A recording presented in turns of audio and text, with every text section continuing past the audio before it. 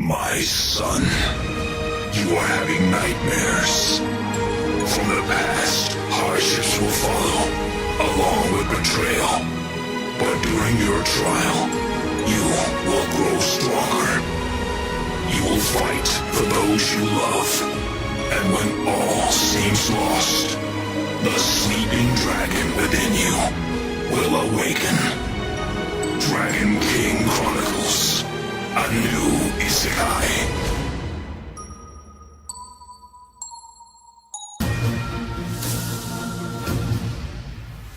暗闇の中足元も見えず悪魔のささやきの耳飲み込まれるけれど光が闇を払い約束する戦わないと弱さ捨てて高く飛べ空を目指して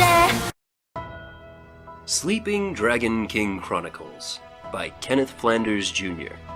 Narrated by Peter Widener. Chapter 0. Futures Past. It's time. Are you ready? The young Nikomata asked, her ears twitching beneath her hooded cloak. She was speaking to a young man who was sitting near the edge of a cliff, gazing out across the distance. For a moment, he didn't show any sign of acknowledgement. Perhaps he was pulled into the beauty of the sunset, the crimson and gold colors that only heaven can provide prior to dusk. In actuality, the young man, though his body was still and calm, struggled with racing thoughts. His heart was brimming with the vibrancy of raw emotion. His feelings were like a torrent, his eyes filled with a dangerous energy and hardened resolve. Thoughts of blood, tears, and anguish bubbled up within his heart and burst forth, painting vivid memories of those he'd lost along the way. You're a lot like me. You hold in a great deal, because you've never felt safe enough to be yourself. It's okay. Just let it out. The young man clenched his fists as tears began to wet his cheeks, the soft breeze cooling his face in the process. You always cry, and that's okay. But just for once, really make an effort. I know you can do it, because I used to be just like you. The young man got to his feet, wiping a solitary tear from his cheek as he pulled the hood of his cloak down across his shoulders.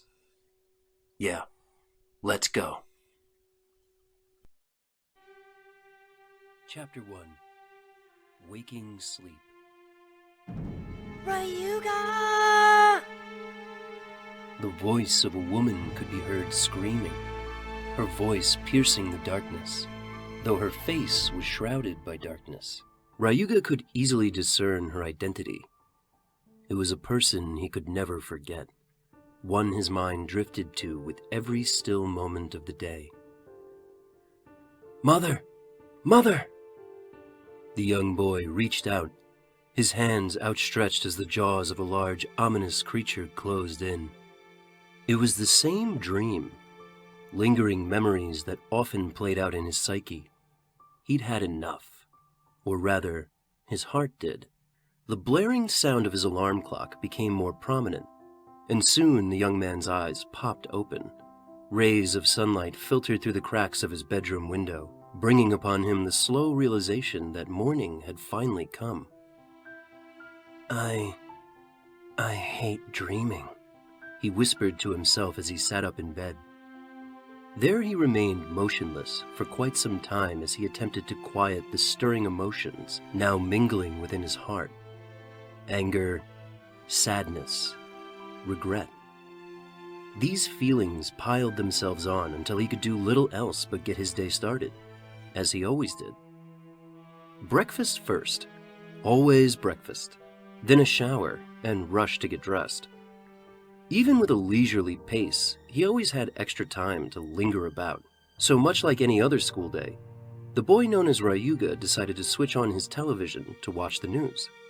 He took his place at the kitchen table, as he often did, and pulled out a crossword puzzle, one of the many he'd often kept stashed in his coat pocket.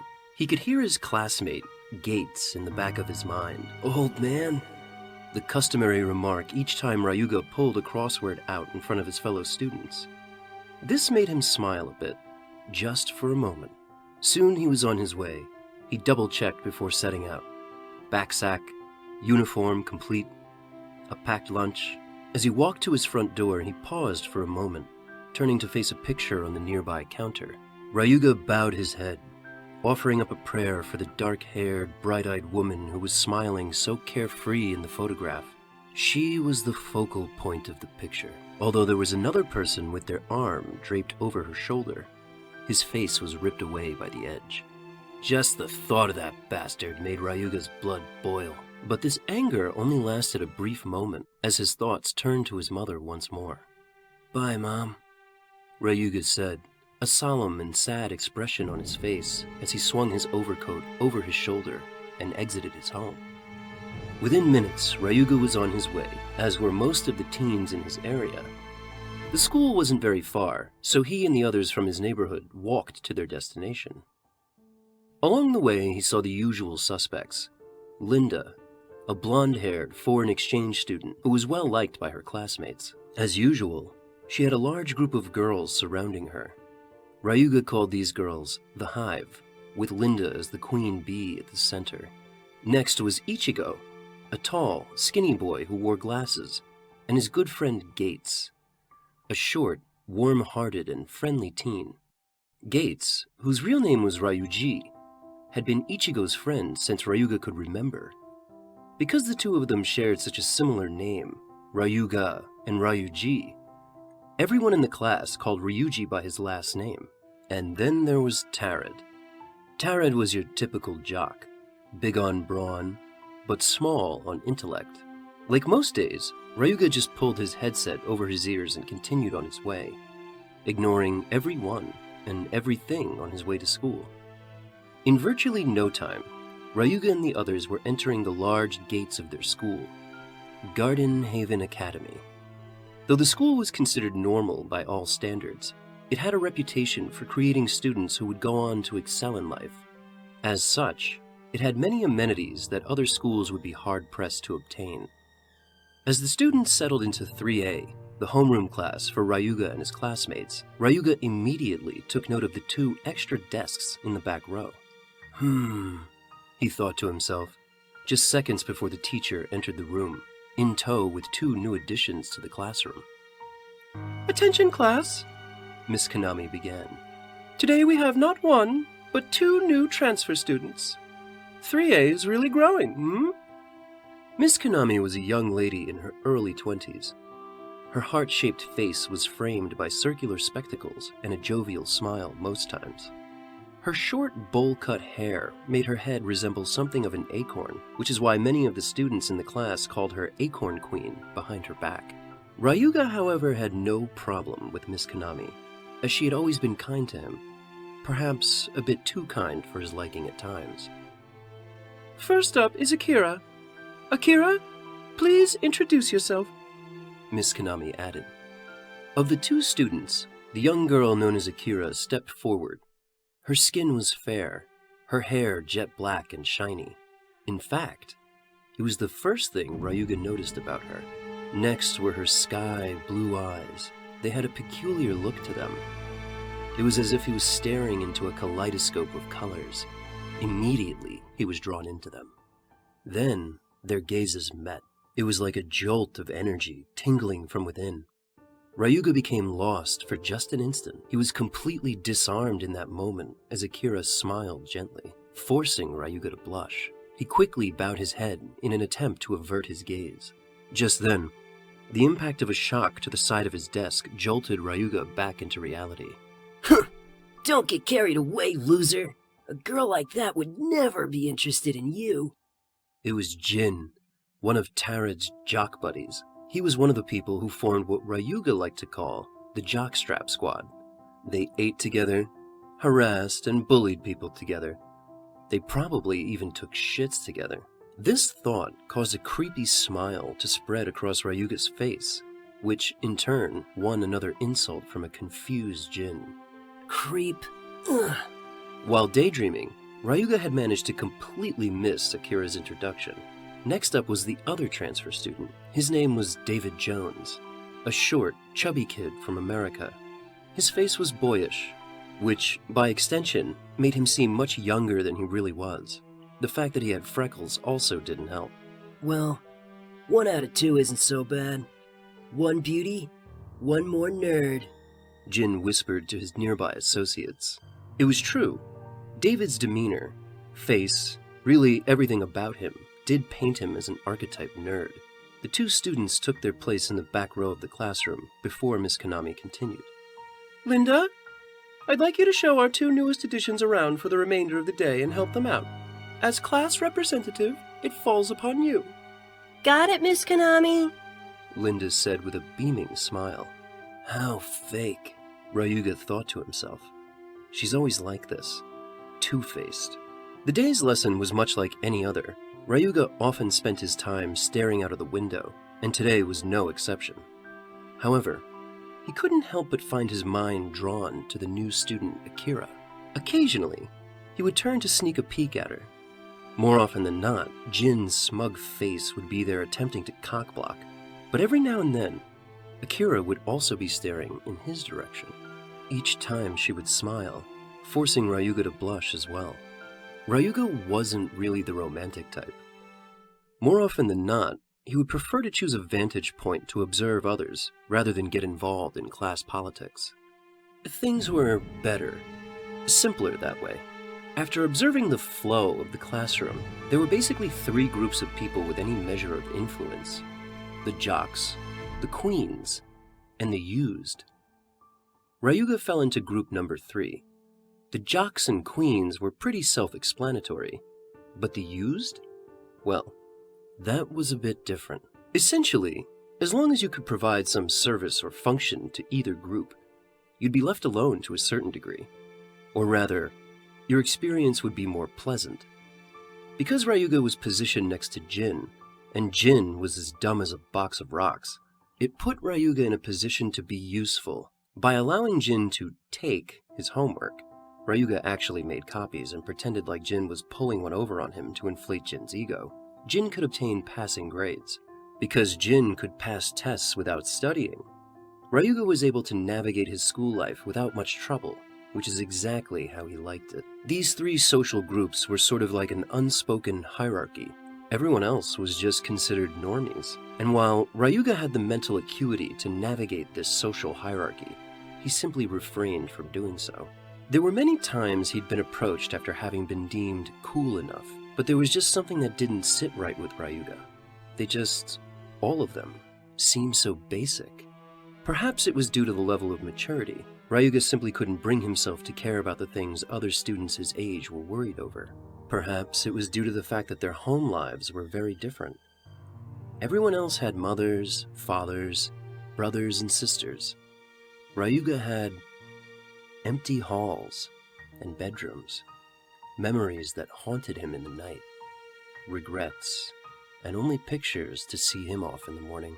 His thoughts were wandering into a territory he didn't want to venture, so he decided to change his line of thought.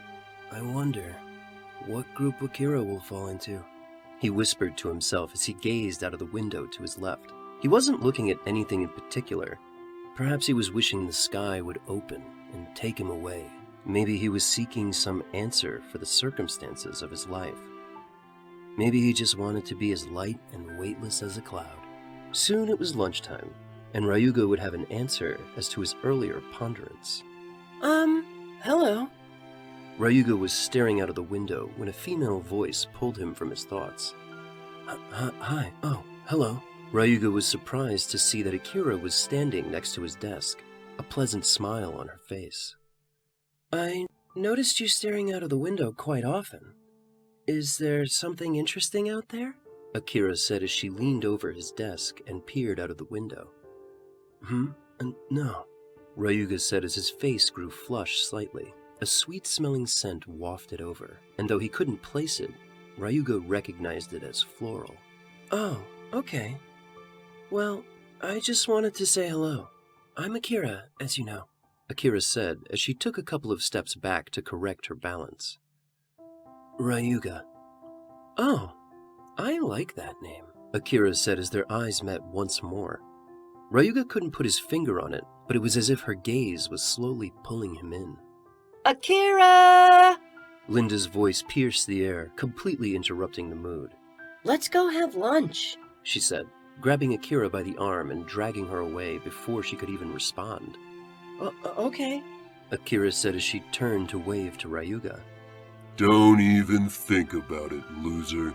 Tarad's deep voice growled as he stepped in front of Ryuga. Their eyes met as Ryuga gazed upwards.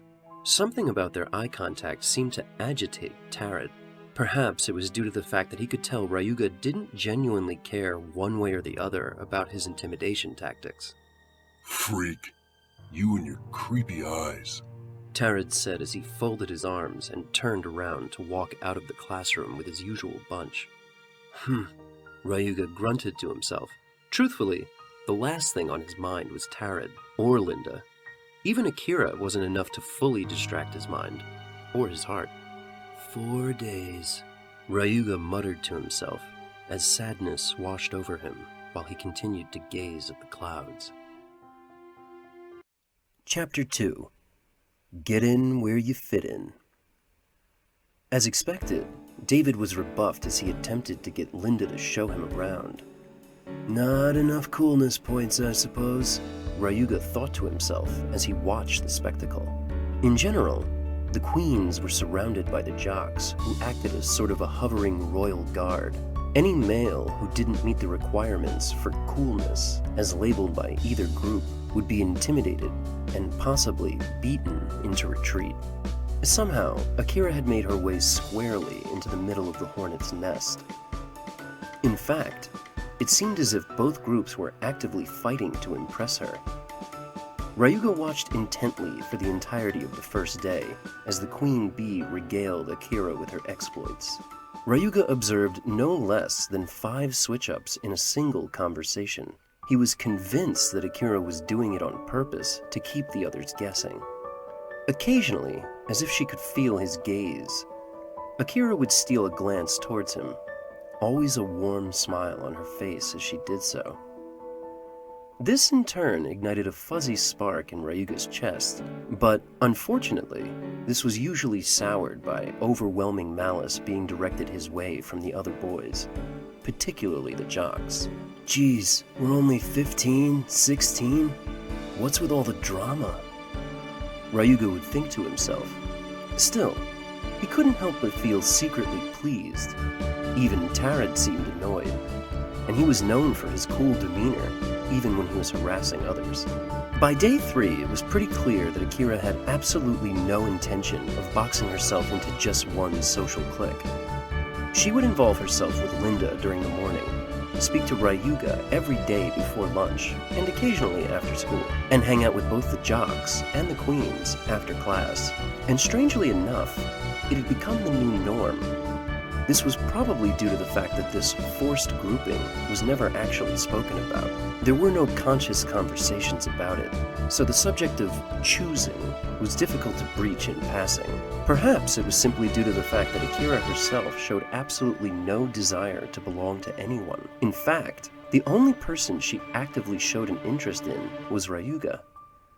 Of all the people in the class, he was the only one she would take time out of her day to interact with.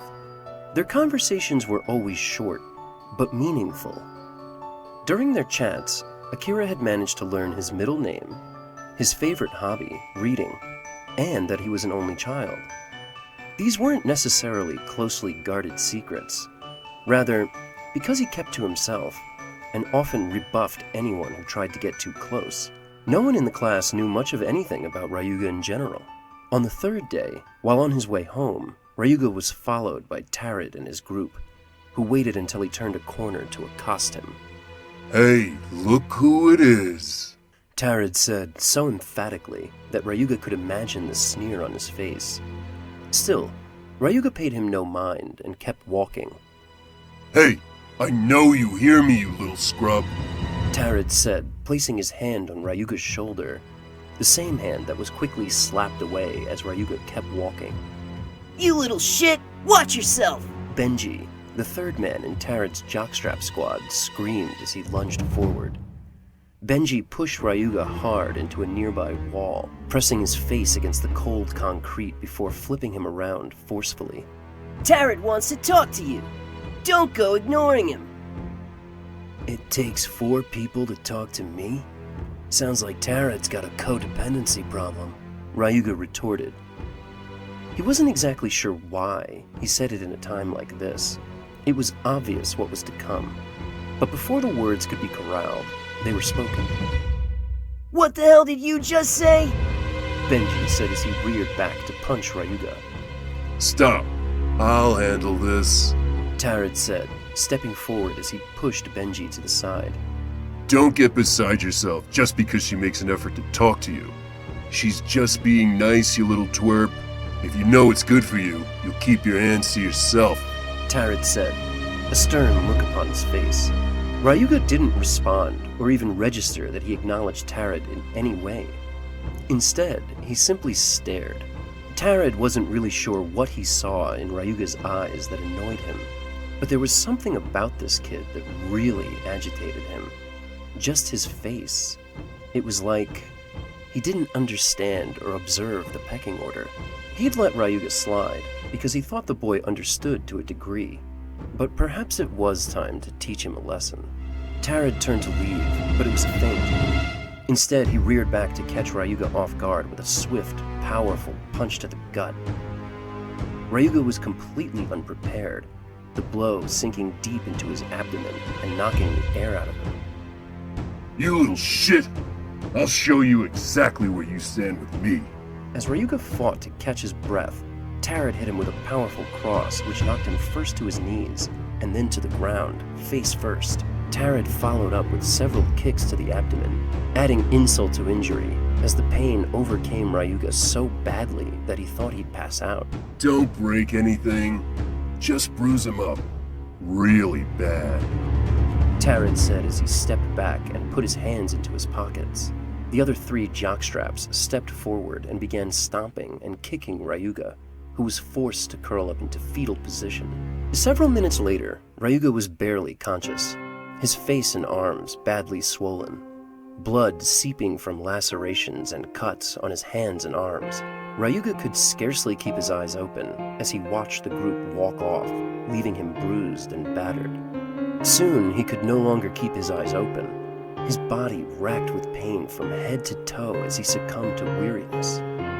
Usually, his mind was a place Ryuga dreaded to descend into, but there, in this time of discomfort, he found solace. He could hear her voice, his mother's voice, and though he couldn't make out her words, he had a feeling she was saying something along the lines of, "It will be okay, honey." Ryuga wasn't really sure how long he'd been out, but he remembered waking up with the taste of blood in his mouth. His legs felt decent, much less like jelly now, and though his abdomen was still bruised and battered, he could now find the strength to stand. He grabbed up his belongings and started the long, painful walk home. His eye was swollen from where Tarad struck him initially, and his ribcage ached with each step. Still, more than pain, what Ryuga felt was anger. It flickered within him like a dancing flame, so much so that, unbeknownst to Ryuga, his eyes began to take on a peculiar countenance, almost lizard-like appearance.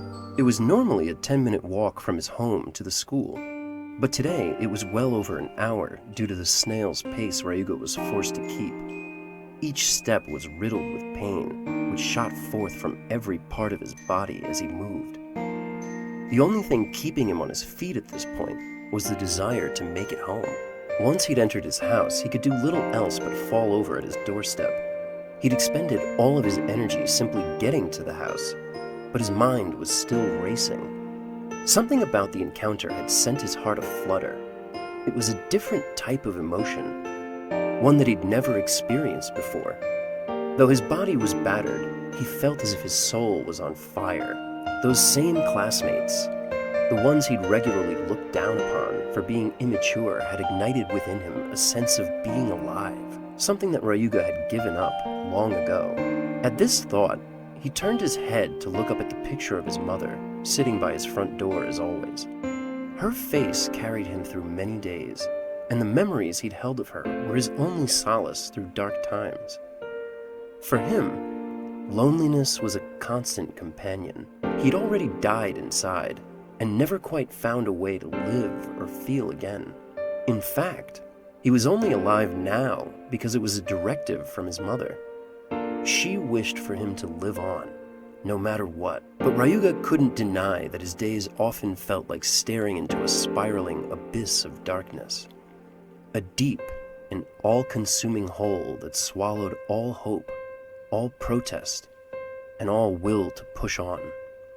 For him, this reality was much more surreal than the pain which seared through his body. No physical pain could compare to the trauma that had been inflicted to his soul. He placed his hand over his eyes as the tears welled up and began to pour. It had been a while since he'd cried to himself like this. No hope. At least, that's what he thought to himself. Still, he couldn't help but think of Akira's face the second this thought creeped into his mind. Was he fooling himself, as Tarad said? Was Akira really just being nice to him out of pity? Ryuga's life was heavy enough. The real reason he sought to be alone was because he didn't like the weight of the chains others often seek to place upon each other. He struggled with so much, it wasn't worth adding any more weight to an encumbered existence. He finally got to his feet after a good cry and slowly walked towards his bathroom, lost in thought. Should he just ignore her altogether tomorrow? A part of him thought this might be a good idea, but a larger part of him really wanted to deprive Tarad of the pleasure it would bring. A part of him wanted to blatantly rebuke Tarad by flirting in his face. This was also a feeling he couldn't deny. Deep within, there was a certain degree of defiance which was beginning to churn in his stomach. Either way, he would have at least a day to settle his feelings on the matter. Ryuga finished washing his hands and stared into the mirror, deep in thought. For a moment, he didn't recognize the eyes gazing back, but upon doing a double take, he dismissed it as fatigue. It was only 6 p.m, but Ryuga had a long day ahead of him tomorrow. With this in mind, he decided on a simple instant dinner. Then he said his prayers and retired to his bedroom, a deep sleep overcoming him almost as soon as he closed his eyes. Chapter 3. Just a day. Just an ordinary day.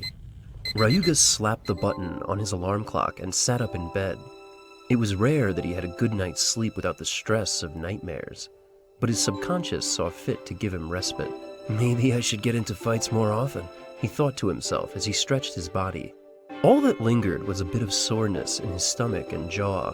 The remainder of his injuries were gone for the most part. This was nothing new to Ryuga, and he didn't think twice about it. It was as common to him as breathing.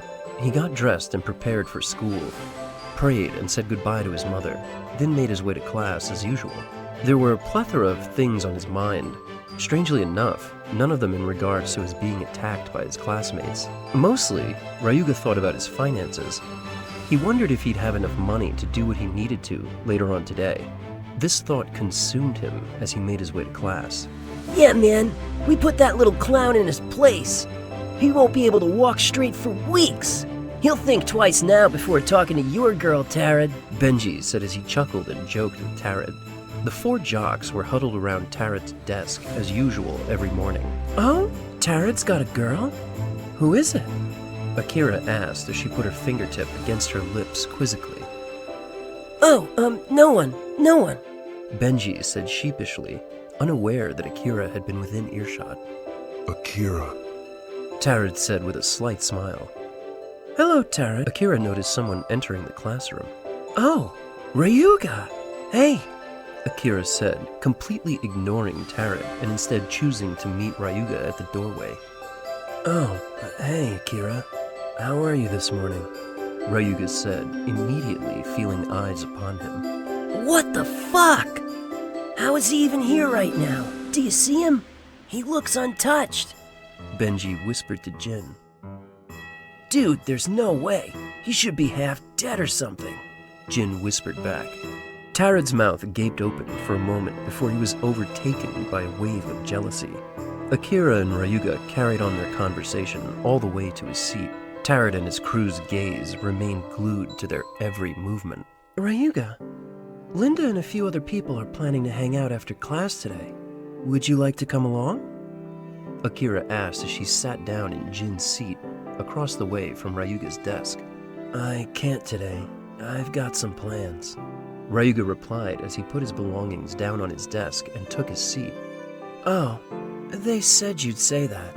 Are you too good to hang out with me, Ryuga? Akira asked, pouting a bit. No. Ryuga couldn't help but laugh. He wondered if Akira really knew the true face of the people she was inviting him to hang out with. He also wondered if she'd still be so amicable if she knew what happened yesterday. He had no doubt that Linda was an instigator in having Ryuga roughed up. It's nothing like that. It's actually a personal matter, Ryuga said with a faint smile. Oh?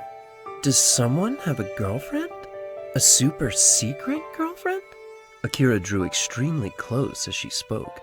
Her face was centimeters from his, so close in fact that the others in the classroom might actually think they were kissing. No, actually, I need to go visit my mom's grave later. Ryuga finally relented.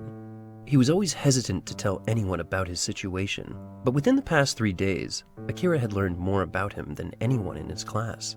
Was it truly okay? Somewhere in the back of his mind, Ryuga wondered if there was some kind of weird popular girl initiation. Befriend the outcast, get him to spill his deepest, darkest secrets, then expose him for the sap he is. Perhaps it was his insecurity talking, but the lingering seeds of doubt planted by Tarot were definitely beginning to take root. What's going on here? Tarot seemed to come out of nowhere, placing his arm around Akira's shoulder. You talking to my girl, bro? Tarot said, a cheeky sneer on his face, which was quickly replaced when Akira slapped his arm off of her shoulders and straightened him out. I don't ever remember saying I'd be your girl. Please don't make that decision for me. Anyway, Ryuga and I are talking. You're interrupting. She was so direct that Tarot was left speechless. After several awkward seconds, he was forced to recover with an excuse. Of course, I was just joking. Tarot said dryly as he retreated back across the classroom to his seat. Oh? Who's in a secret relationship now? Ryuga said with a teasing chuckle and a huge smile. Never! He's not my type at all, Akira said as she waved her hand in a dismissing manner. Anyway, I'm sorry. I didn't mean to bring up a subject you may not be comfortable talking about, Akira began. No, it's okay. It happened years ago. It's not really like it's some big secret, Ryuga said as he reassured Akira. But still, I know the feeling. My father, he just passed on recently. In fact, it's the reason for our move, so I can definitely understand what it's like to lose a loved one. Ryuga couldn't help but clench his fist at the very word, father. What's a father? He caught himself and he eased up a bit as he took note of the sadness now clouding Akira's face. Akira, Ryuga said softly. What am I doing? He thought to himself. Doubting her because of what some douchebag said? Akira, I can't say it gets better. I still think about my mom every day. Ryuga began as he took Akira by the hand. But what I can promise is that eventually the pain you feel will be replaced by fond memories. Akira seemed flustered by his sudden contact, but she didn't shy away. Thank you, Ryuga. Well, I'm gonna go back to my seat now before class starts. Maybe we'll talk at lunch? Akira quickly got to her feet and made her way back to her chair. Was that my imagination, or did she just get flustered? Ryuga thought to himself as Jin walked over to take his seat. You little poser, marching in here like we didn't work you over yesterday? Don't think you're gonna get off light again. Jin whispered, but Ryuga barely registered the goon's threats. Kill yourself, underling, Ryuga finally said, staring directly into Jin's eyes as he spoke. The words surprised even Ryuga himself, for they weren't planned. They just seemed to jump out of his body. It was almost as if someone else were speaking for him. Even Jin looked surprised at first, before his brow furrowed in anger. You're fucking dead! Jin started to bellow as he got to his feet. Attention, class!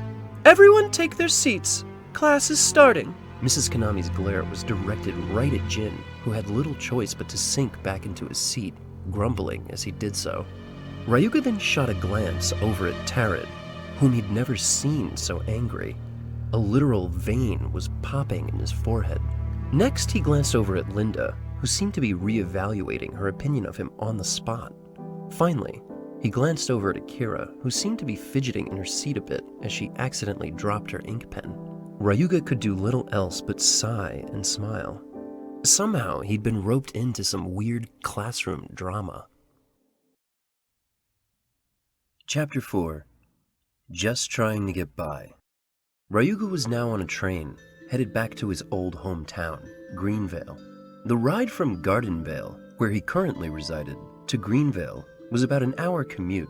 He was worried about the price of the ticket initially, only to find out that his Aunt Sumiko had already paid for one in advance. It had been a whole year since he'd seen his aunt last, but time passed quickly.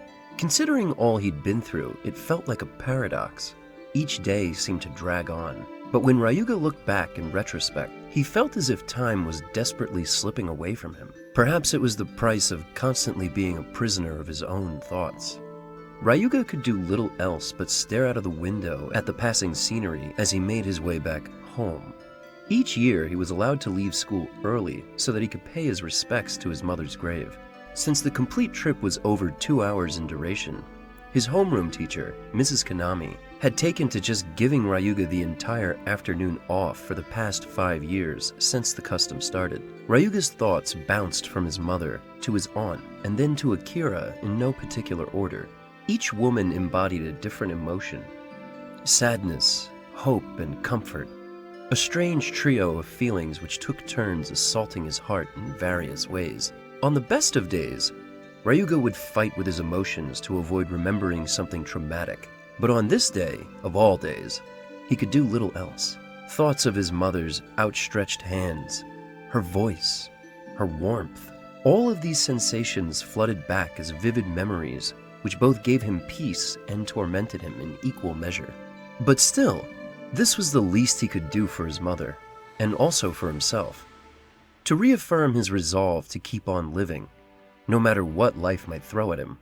Soon he was at the train station, eagerly greeted by his aunt and his cousin Eiko. Eiko was always happy to see Ryuga, and greeted him with a running jump as usual.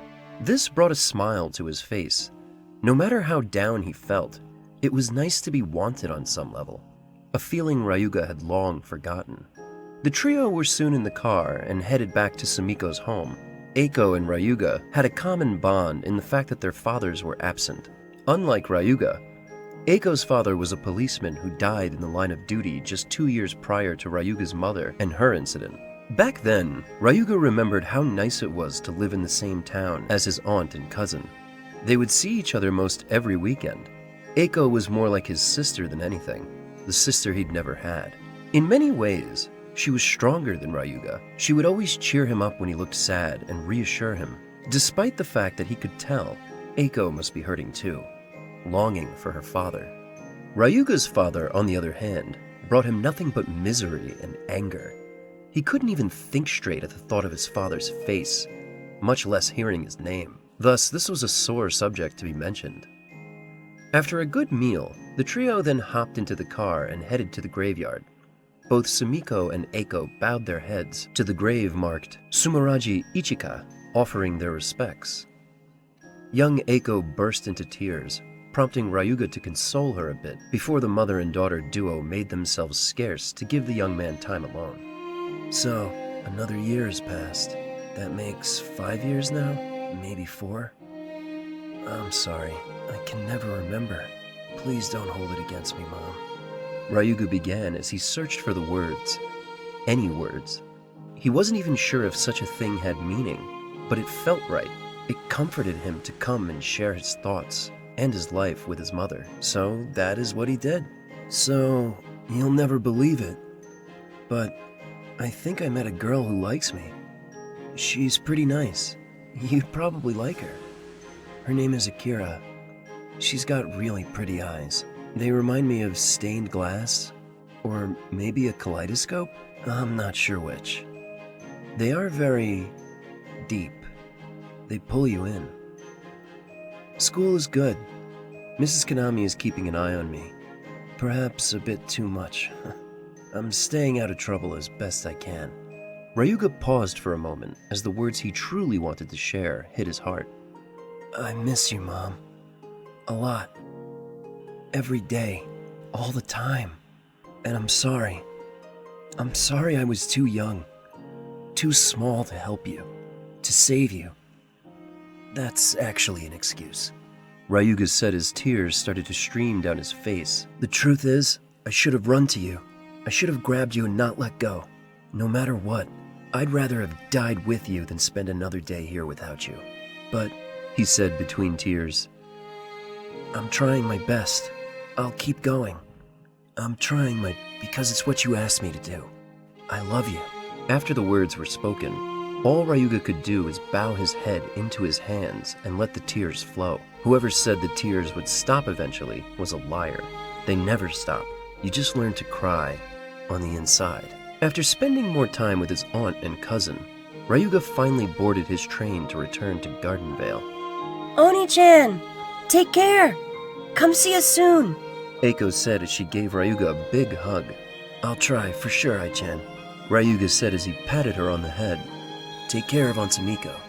Ryuga then turned to give his aunt a hug. The pair saw him off as the train left the station, and he watched until they were little more than dots on the horizon. As Ryuga took a seat on the train, he realized how he had begun to feel better. His heart wasn't as heavy. He wasn't so encumbered after all. Right around the time this realization came to him, the train itself seemed to shudder and shake. There was a loud thud on the roof, causing the entire car to rattle. Ryuga was nearly thrown from his seat to the floor, while several other people actually lost their balance. What the hell was that? One elderly man screamed as passengers began to shout and scream in dismay. In the end, it seemed like an isolated incident. The remainder of the ride home went smoothly, and by 6:30 or so, Ryuga had made it back to the city of Gardenvale. I really ought to visit more often, he said to himself as he slowly made his way home. It was Saturday, so there would be no school tomorrow. For the first time, in a long time, Ryuga felt the urge to do something, anything, to be social, to connect. His mind immediately flashed back to Akira's invitation earlier in the day. If he had had her number, he'd have maybe given her a call, but no such luck. At times like this, he cursed his own antisocial policies. In the end, he decided to head towards the arcade. He had a little change from his gracious Aunt Sumiko, so he decided to splurge a little. Along the way, Ryuga really couldn't overstate how great he felt. He didn't realize how much emotional baggage he'd been carrying around lately. Anger, sadness, depression. His very step seemed lighter. He was a dozen meters or so away from the entrance of the arcade when he heard a familiar voice. Ah, Ryuga! Akira shouted out of the blue. Oh, hey, Ryuga said as Akira ran up towards him. What are you doing here? I thought you had somewhere to be today, she asked. Yeah, I've gone and returned. I decided to stop by and play a few games before I head home. Oh, really? In that case, I'll come with you, Akira said as she slipped her arm around his before he could react. Oh, okay, but aren't you here with your friends? Ryuga asked as he nodded towards the group of people headed their way. Tarad, Benji, Jin, Linda, and two of her friends. Oh, them? Yeah, but I don't think they'd mind if we cut things short. I've never gotten time to properly talk to you. We're always so rushed at school. I'd actually like to chat with you. Hey, loser. What are you doing here? Tarad growled as he drew near, he and his jockstrap squad close behind. Ryuga barely registered his existence, choosing instead to focus on Akira. Okay then, let's go, he replied, allowing Akira to lead the way. Not so fast, Tarad said, grabbing Ryuga by the shoulder. Unlike their previous scuffle, Ryuga effortlessly shrugged off his grip, which sent Tarad into an even deeper rage. I'm speaking to you, you little maggot. Tarad grabbed Ryuga by both shoulders, pushing and pinning him against a nearby pole. Look at me when I'm talking to you, Tarad growled. Tarad, what's wrong with you? Akira began to protest, but Benji grabbed her by the arm before she could intervene. Stay out of this, little missy. This is between us men. Benji gloated. Men? There's 4 of you and just him. Some men you are. Akira shouted as she fought in vain to free herself. Just relax, or you'll hurt yourself, girlie. Let her go, underling, Ryuga said, completely ignoring Tarad once more.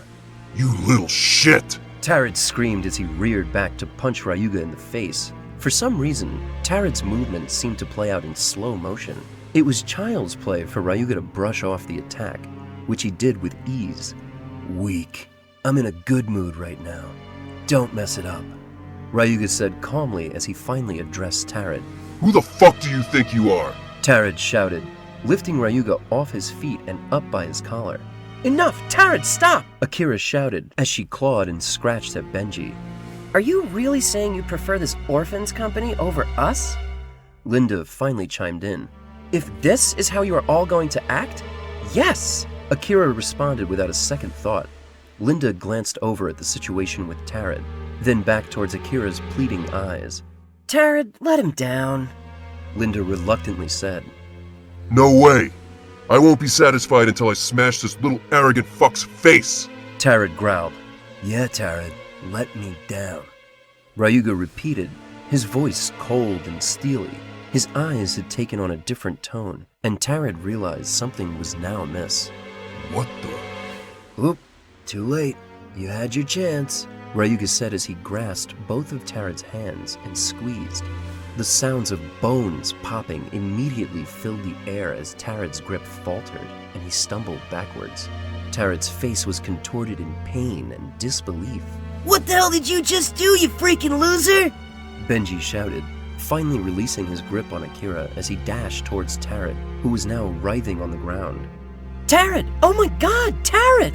Linda said as she moved towards the injured boy with a startled expression. Ryuga? Akira said, frozen in place as she stared towards Ryuga, who, by all outward appearances, seemed calm.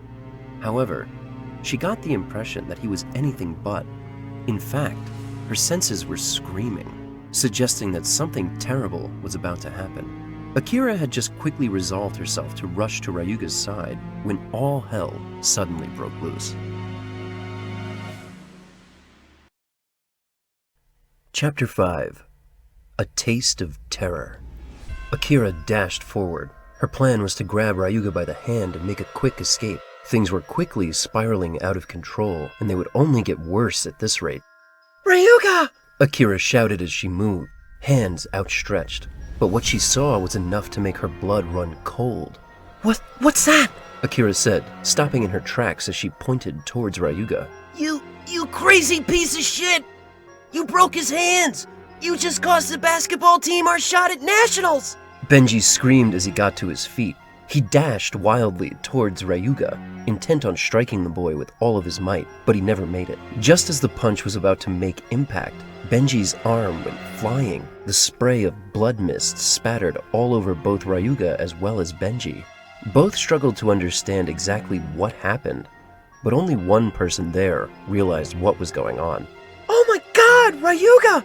Ryuga! Come over here, please! Now! Akira pleaded. Her voice was filled with urgency. She fought to keep her cool, but Ryuga had never heard such a desperate plea from anyone before. He didn't question, nor disobey. Instead, he slowly began to walk away from Benji and move towards Akira. Hurry, please! Akira said, her voice restrained to the best of her ability. Nobody move! Don't move! Akira said as she finally grabbed Ryuga's hand.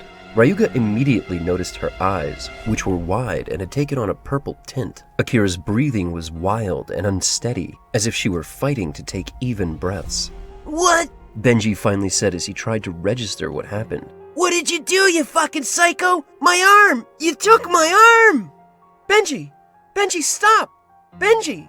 Akira said loudly, trying desperately to get through to Benji, but it was no use. He was in shock at the fact of having lost his arm. His mind was gone, and all he could manage was rage, anger. I'm gonna kill you! Benji shouted as he dashed haphazardly towards Ryuga, and that's when another spray of blood pierced the air. This time Ryuga managed just a glimpse of what happened. It looked as if something invisible had cleaved the air, striking Benji along his back. The young boy immediately flew forward, landing on his face as he skidded along the ground. Portions of his blood stood suspended in the air at first glance, before Ryuga realized the blood spatter was clinging to some sort of invisible creature. He immediately grabbed Akira and pushed her behind him. "Holy shit," he whispered to himself as he watched the creature's motions. The area he'd been ambushed in had asphalt, dirt, and grass patches nearby. Benji's blood trickled down in thick blots as the creature prowled silently. Having noticed its presence, it was like Ryuga was beginning to sense more and more of the space it occupied. "Can you see it?" Akira whispered, her grip tightening around Ryuga's arm. "Not completely. I mean, I can feel it. I know something's there, but I can't see it," Ryuga said. "I can," Akira replied. "It's like a giant dog with scales and huge claws. It looks more like a lizard than anything, and I can tell it's not friendly. It's moving right towards us, Ryuga. We have to get out of here." Linda, who'd been in shock up until now, had managed to find her voice. What the fuck is going on? She screamed, panic heightening her demeanor. "Shh, don't move if you want to live," Ryuga commanded.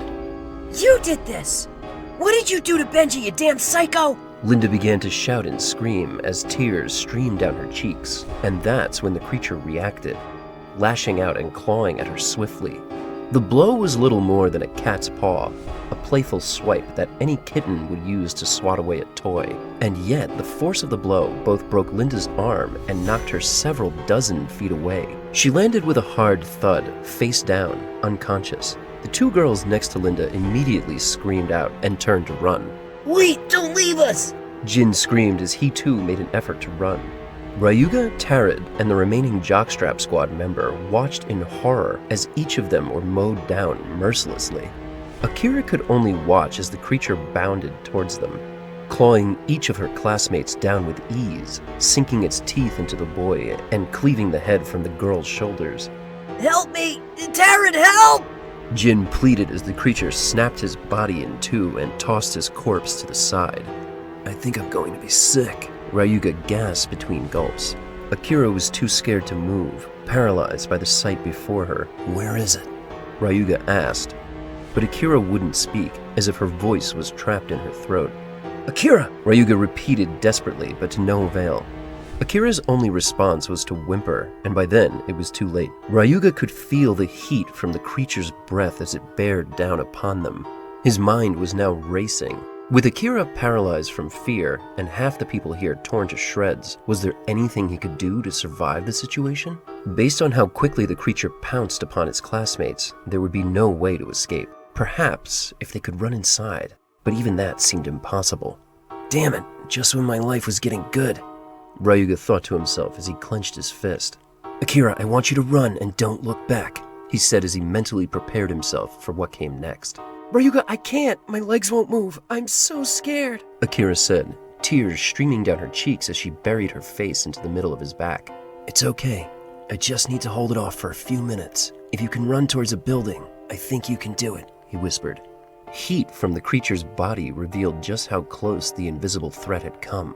3, 2... Ryuga! Akira whimpered. "Go!" Ryuga shouted as he dashed forward with all of his might. Based on his observation of the creature's footprints and the blood spatter, Ryuga believed the creature's face to be in a certain area. He would bet his life on a single strike to blind his foe. To this end, he slipped out of his jacket within the first few steps and lunged forward, burying his fist where he believed the creature's eye to be.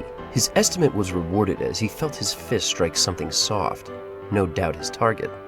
As he felt the creature lurch and thrash, next Ryuga tossed his overcoat over what he assumed to be the creature's face.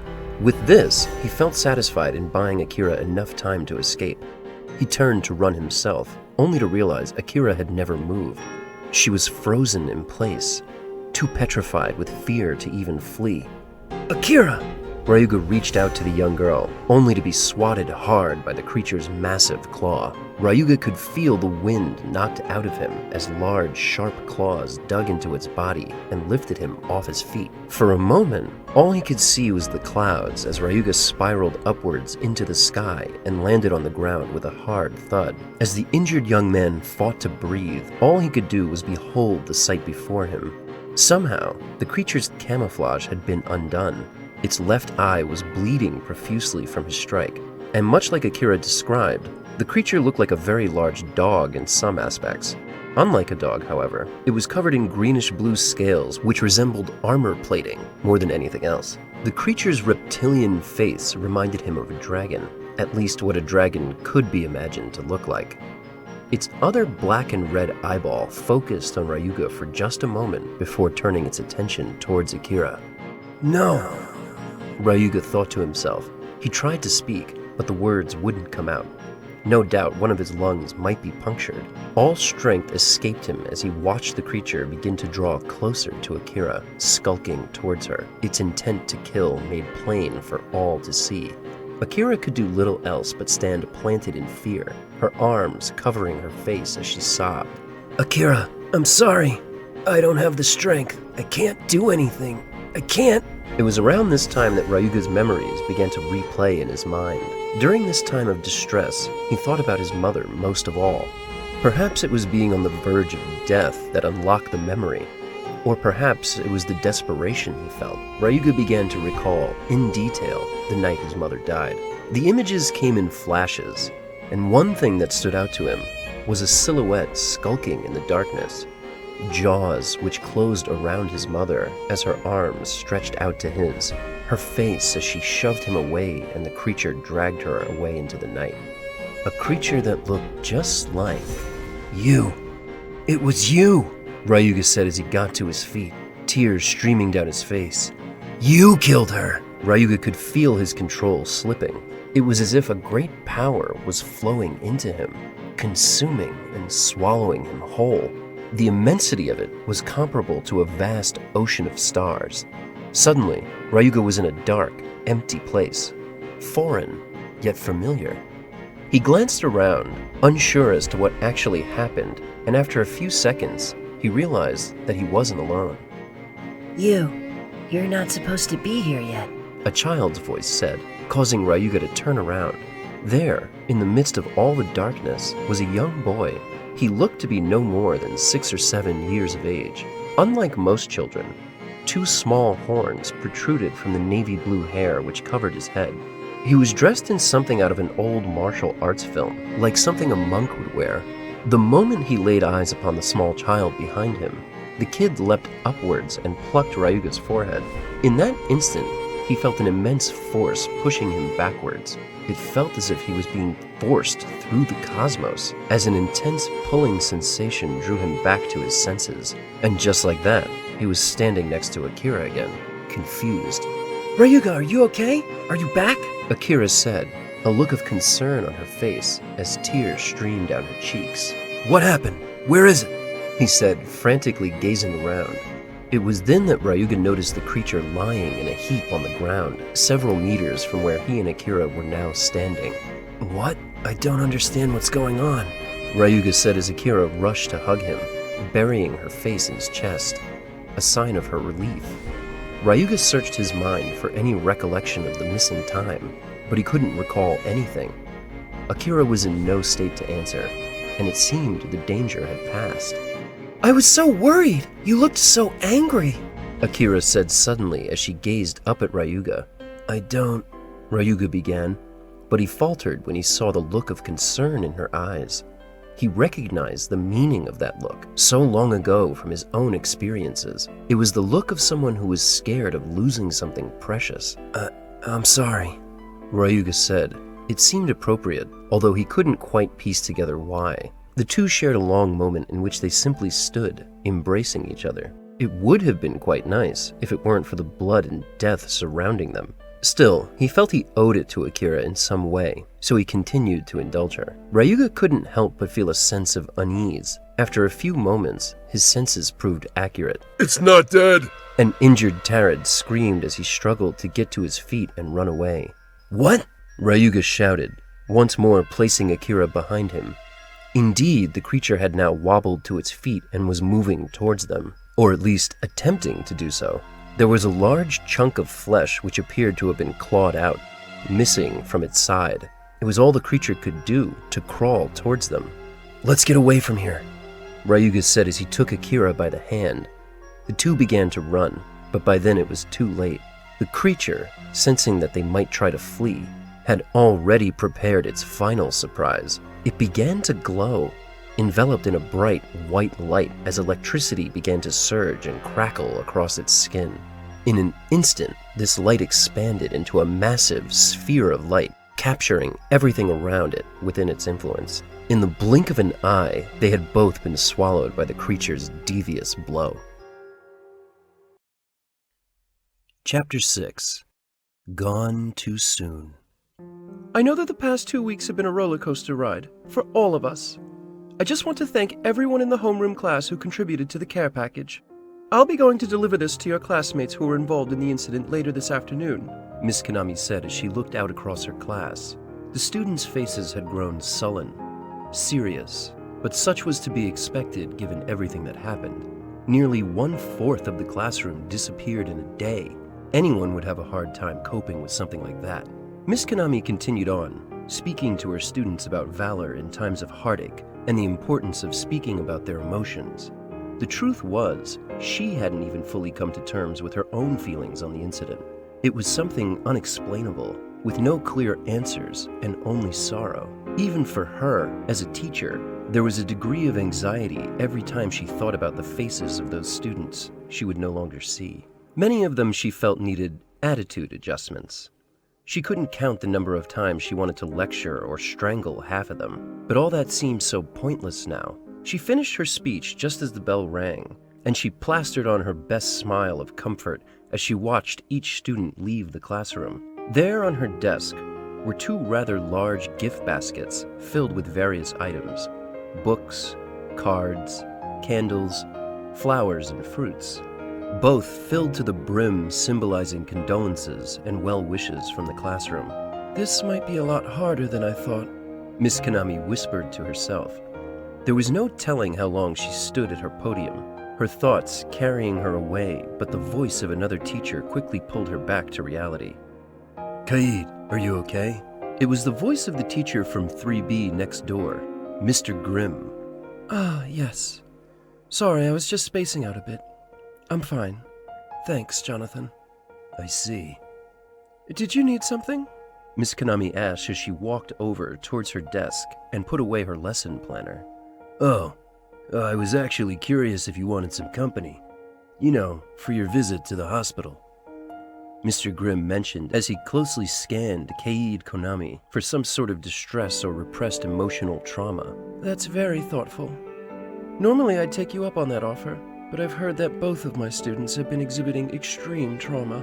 The doctors have only allowed one person to visit, and only for a short while. It seems neither can really handle it. Oh, wow. Mr. Grimm seemed genuinely concerned.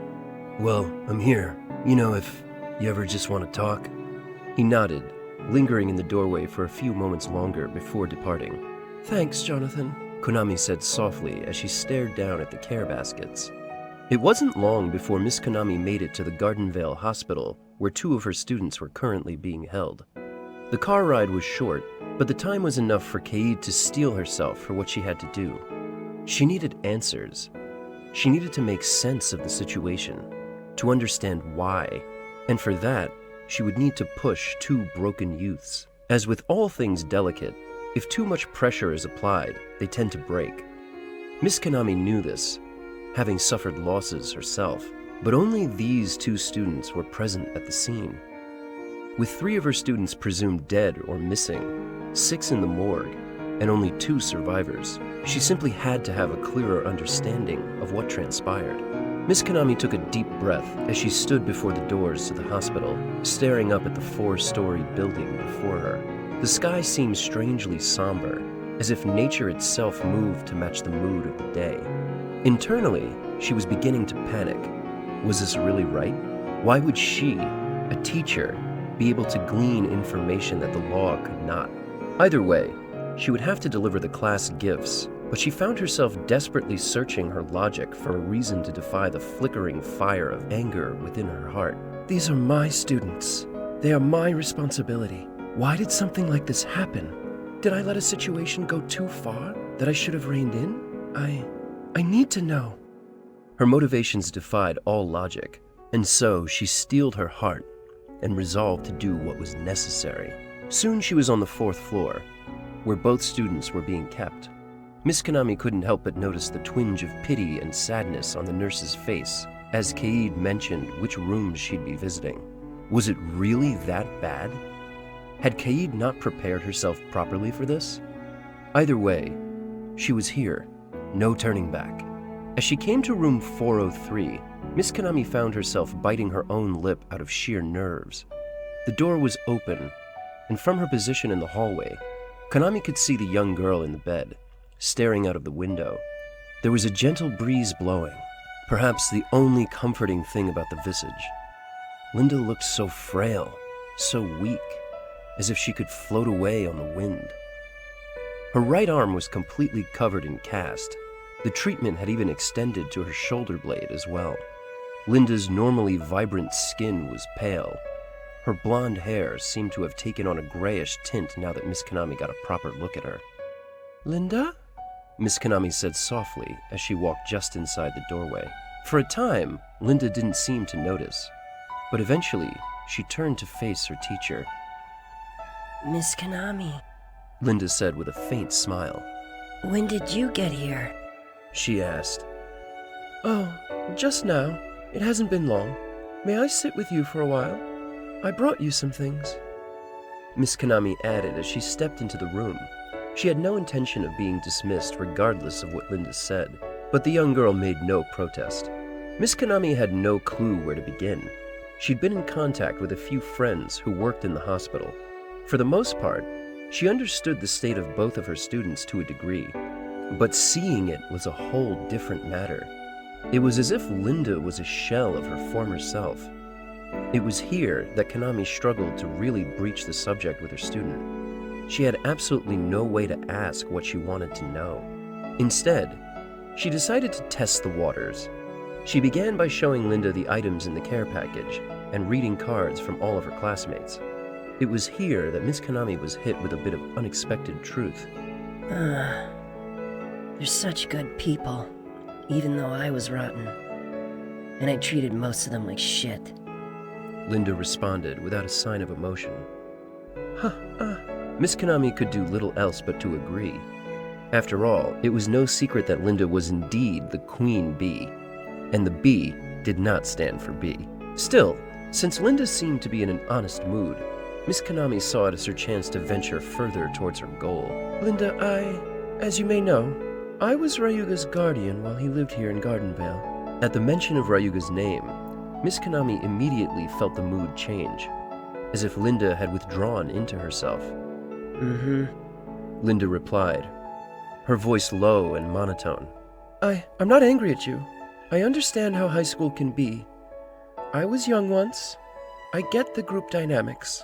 I just need a better understanding of what happened that day, or what was going on between all of the students that could have caused... Miss Konami grew quiet, desperately searching for the words, but none seemed to come. Instead, Linda began to speak. Tarot, he liked Akira. But it was one-sided. He used to like me too. Really, Tarot likes every new girl. Or rather, he likes what he can get from them. And I suppose that made me a little jealous. Linda said. Her gaze had returned to the open window. So, Tarot roughed Ryuga up a little. He was supposed to be out of school for a few days, based on what they said, but he came to school the next day like nothing happened. That really pissed Tarot off. I see. I mean, I was aware that Akira was interested in Ryuga, but was it mutual?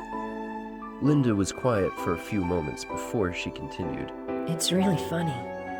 It's like, sometimes you don't really see the good parts of people until someone else takes notice. After Akira told me she thought Ryuga was interesting, something inside me, I just wanted to... Tears began to run down Linda's cheeks. I'm a terrible person, Miss Konami. I got what I deserved. Linda said through her tears as she fought to wipe away the large round beads flowing down her cheek. No, Linda. If there's anything I know, it's that growing up is hard, Even for adults, learning to manage your emotions is challenging. It was here Miss Konami got to her feet and gently hugged the young girl, pulling Linda to her bosom as she did so. It was a few moments longer before Linda continued speaking. So, we all went to the arcade. It was nice until Ryuga showed up. Then things just happened so fast. I don't know. Yes, and that's the part I want to ask you about. But Linda, I really need to stress that I don't want you to feel like you have to say anything you don't feel comfortable with, no matter what happened, okay? Linda nodded. Her flowing tears seemed to calm down a bit. So, as much as you can, please tell me what happened. Miss Konami said as she moved to the opposite side of Linda's hospital bed to better comfort her. What transpired next left Miss Konami with a range of emotions that she wasn't sure how to process. For a few moments, she felt the incredible story might be an elaborate lie. But as she searched Linda's face, Kaid quickly realized that was impossible. The thoughts, the words were all raw and unfiltered, as if a dam had finally broken within Linda. At times, Miss Konami found it difficult to breathe. Her eyes widened as Linda recounted her perception of the events. Finally, the young girl broke down sobbing once more as she completed her tale. I'm so sorry. Linda kept repeating through her heaving sobs, as if she had a hand directly in the carnage. Linda. Miss Konami's voice felt caught in her throat, tears in her eyes as she spoke. It's okay. What happened wasn't your fault. It's okay. Shh. Kaid repeated as she consoled the bawling teenager. It would be another 15 minutes of tears before Linda calmed down enough to speak again. I tried to run. I thought that Ryuga was the one doing all those terrible things. But it wasn't him. Something attacked me. I don't know what it was. I couldn't really see it, but I felt it. Linda's eyes seemed to glow out of focus as she remembered sustaining her injuries. Hey, Linda, it's okay. That's enough. Thank you for telling me. You've been very brave. And just so you know, terrible people don't do what you just did. Being better is a choice we all have to make at some point in our lives. You've got your whole life ahead of you to turn things around, okay? Miss Konami said as she patted the young girl on her cheek. It would be a few more minutes still before Linda settled down enough for Miss Konami to say her goodbyes. As she left the room, Miss Kaid looked back once more at her pupil. If it were possible, the girl seemed even smaller than before, like a wraith on the wind as she stared out into the distance at the setting sun. My God, what happened? Miss Konami mouthed to herself as she stepped into the hall, barely exiting the door before she began to buckle. Sliced to pieces? Bitten? The police and news didn't say anything about this. Miss Konami felt herself growing lightheaded as she set the other gift basket down and hurried towards the restroom. Miss Konami checked her watch as she gazed into the bathroom mirror. She'd washed all of her foundation off in a panic as she splashed water over her face to prevent nausea. The more she thought about Linda's tale, the more she realized it was true. The mass funeral, all closed caskets, the families and the depths of their grieving, the police presence ushering everyone away who got a little too close, even Linda's injury. But what could possibly cause an injury like that? A lion? Or bear? But Linda said it was invisible. Maybe it was just too fast for her to see. Miss Konami struggled to wrap her head around the story. There was really only one way to further confirm what Linda said is true. She would need to speak to Tarad. She dried her face as best she could, reapplied some light foundation and fixed her lipstick, then retrieved the care package and continued down the hall to room 418. Tarad's hospital room was all the way at the end of the hallway, and posted out front were two people. Upon closer inspection, they seemed to be law enforcement. Neither made a motion to stop her as she approached, but as she moved to open the door, she was halted. "Excuse me, Miss Konami, is it?" One of the young men guarding the door began. He motioned for her to step over to the side so they could speak. "Hello, I'm Officer Mori. I was wondering if I could ask you a few questions about a couple of your students." "Hi, officer. Perhaps. Which students are you referring to?" Miss Konami inquired. Well, as you know, there were 9 people involved in a high-profile incident. Of those 9, only 2 survived, but their stories are a bit... I see. Well, they've been through a considerable amount of trauma. Of course. It's not just that. We were hoping that maybe with your position as a teacher, you might be able to get your students to open up more easily than we or their parents could. I see. And if that's possible, you'd like me to share that info with you? Miss Konami replied.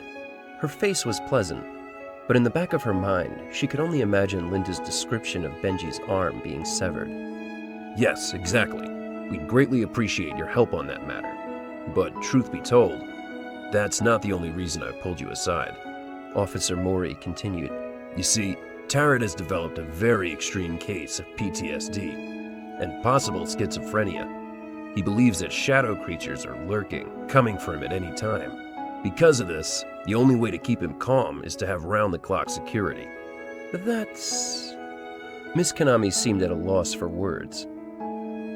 It's extreme, but considering that he's one of the only living witnesses of what may have happened, we have to make every effort to accommodate his mental health. So when you go inside, please, be gentle. He's very excitable. Kaid didn't know what to say. She was left speechless. Officer Mori patted her on the shoulder, then bowed as he gestured for her to enter. He nodded to his partner, who opened the door for her.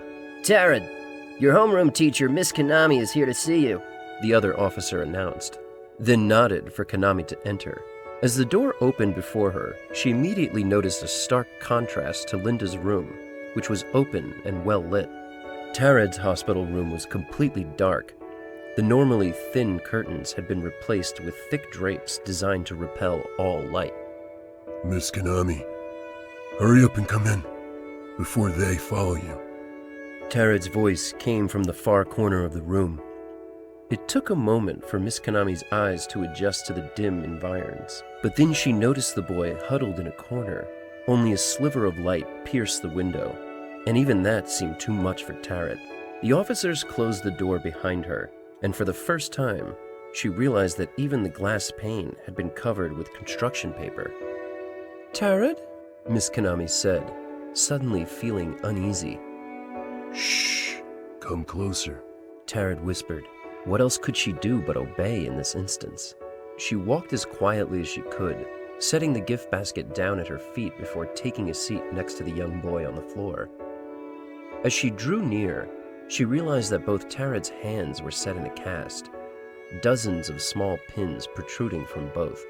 Tarad, you should be in bed with those injuries, Miss Konami whispered disapprovingly. Her nurturing instincts kicked in. I can't touch the light. If I touch the light, it'll get me, just like it got everyone else, he said. But I like you. I have to save you. I couldn't save them. I couldn't do anything for them, but I can save you, Miss Konami. Tarad, what happened to your hands? Kaid asked, already knowing the answer from Linda's recounting of the incident. Oh, this? It's nothing. Ryuga and I had a squabble. It's nothing. Tarad seemed utterly unfazed, despite the fact that his hands had been completely crushed. So, Ryuga did this to you? Miss Konami continued, placing her hands gently against Tarad's. Well, yes, but it was my fault. I started. But Ryuga, he saved me. He saved us. He did? So you boys worked out your issues? Yes, we had to. Otherwise, it would get us all. Tarad's very childlike way of speaking suggested to Miss Konami that he might be mentally shielding himself from the truth. Still, she needed to know. She'd come this far. There was no turning back. Tarad, tell me everything that happened, okay? Everything, and don't leave any details out. Tarad nodded obediently, as he then pulled her closer and began to whisper to her, recounting his experiences during the incident. At first, I thought it was Ryuga, but it wasn't. It was a dragon. It was attacking us one by one, but it was invisible. We couldn't see it. But Akira could. And then... Tarad paused, seemingly remembering the fate of his slain classmates. But Ryuga, he fought it. He hit it so hard it fell on its side. I thought it was dead, but it came back to life. And then I ran. I'm sorry. I left them. Tarad whispered, tears in his eyes. Miss Konami's breathing had grown more heavy as she struggled to listen to Tarad's retelling of the story. For a moment, she forgot where she was and accidentally bumped the care basket with her foot. What was that? Tarad said with a start. Shh. It's coming back for me. Just like it killed everybody else. I know it. Miss Konami, come here. I'll protect you. I swear I will this time. Tarad grabbed his teacher and pulled her close, completely ignoring the pain searing through his shattered hands. The drive home was a long, quiet affair for Miss Konami. Seeing two people she'd known for years in such a state was too much for anyone. Bodies can heal given enough time, but wounds to the mind and the psyche may never truly recover. As she thought about what she'd heard and seen, she felt no closer to understanding the fate of her students. Dragons? Invisible creatures with razor-sharp claws? It was clear to her that both Linda and Tarad had seen something terrible. And what of Akira and Ryuga? The more she thought about it, the deeper the mystery became until finally Mrs. Konami decided to turn her car around. She was minutes from her home, but the swirling torrent of emotion prompted her to take a longer drive. Due to his Aunt Sumiko's wishes, Ryuga's gravesite was in the nearby town of Greenvale. It was here that Miss Konami found herself drawn as night fell. It wasn't long before she stood in front of Ryuga's grave, which sat next to that of his mother. As she stared down at it, she was filled with a wave of regret and sadness. Why? Miss Konami began, tears streaming down her face. Why is it always you? Just when I thought you'd finally made a friend. Your father's dead. Your mother, too. You tried so hard to get by. I know you did. I noticed it. So why? Miss Konami broke down as she sank to her knees, tears streaming from her eyes as she wept silently for a good long while.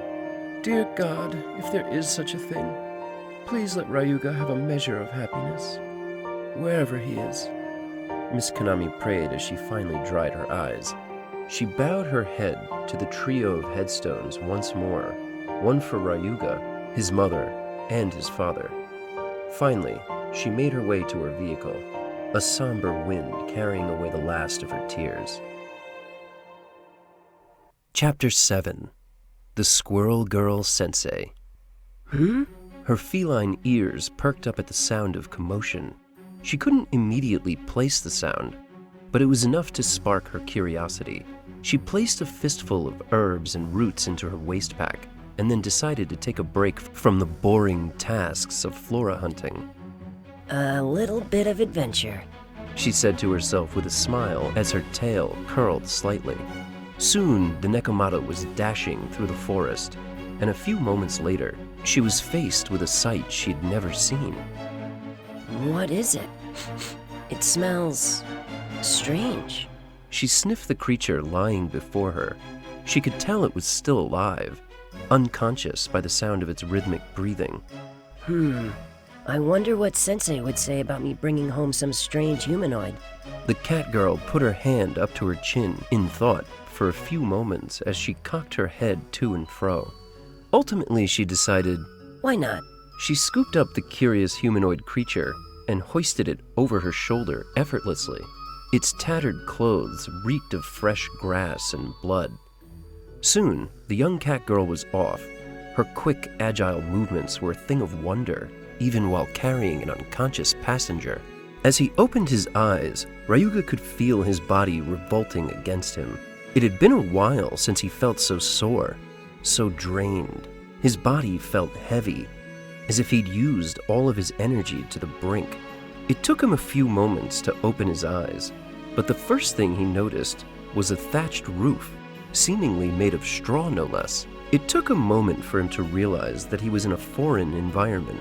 He pulled himself up with a great deal of effort, nearly rolling off the makeshift straw mattress where he lay. It would be a few moments more before he could manage to stand on his own 2 feet. "Why does my body feel so heavy?" he whispered to himself. It was time for some self-assessment. Ryuga took note of the state of his body. His clothes were ripped, shredded in some places. His school uniform was in tatters, smeared with dirt and caked with blood. No doubt the blood of Benji or his other classmates. His limbs seemed okay, nothing injured or broken, and though his body felt sluggish, his mind was clear. After a few deep breaths, he took in the environment. A hut, by all appearances, with 2 straw cots in separate corners. The place was tidy, and it seemed well lived in, though there were no signs of anyone but himself. "Where the heck am I?" Ryuga said aloud. It took some time to move towards the door of the hut, which seemed to be made of a bamboo-like wood. "Very rustic," he thought to himself as he stepped outside. Nearby the straw hut, there was a fire going, a metal pot set up to boil just over the dancing flames. Whatever was in the pot smelled fragrant enough to cause his stomach to rumble, a signal that Ryuga may have been out longer than he thought. As he looked around, he realized he was in a forest, though it didn't resemble any place he'd ever been, or seen for that matter. The sounds of life began to come into focus as he stared out into the distance, slim trees towering all around. By the look of things, the time of day was afternoon. After wandering a few steps from the hut, Ryuga began to shout. "Hello? Akira?" he screamed. Considering his last recollection, he was hoping that Akira would be nearby, but to no avail. After several minutes of screaming and listening for a response, he decided to move deeper into the forest in search of his classmate. After traveling several meters from the hut, Ryuga's attention was drawn towards the sound of thuds and shouts. His first thought was that Akira was being attacked by yet another creature, so he summoned what little strength he had to break into a dash. "Akira! Akira, can you hear me? Akira!" he shouted repeatedly as he pushed through the forest, branches and brushes slapping against him as he moved. Soon he found himself approaching the nearby commotion, his mind racing with the worst of misgivings as he burst into the clearing. "Akira! Akira!"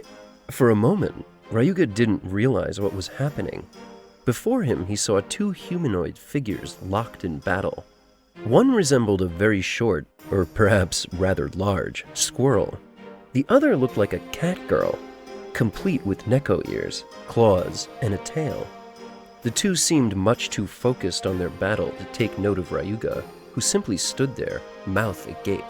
Their movements seemed supersonic to Ryuga, who could do little else but take in as much as he could from the battle.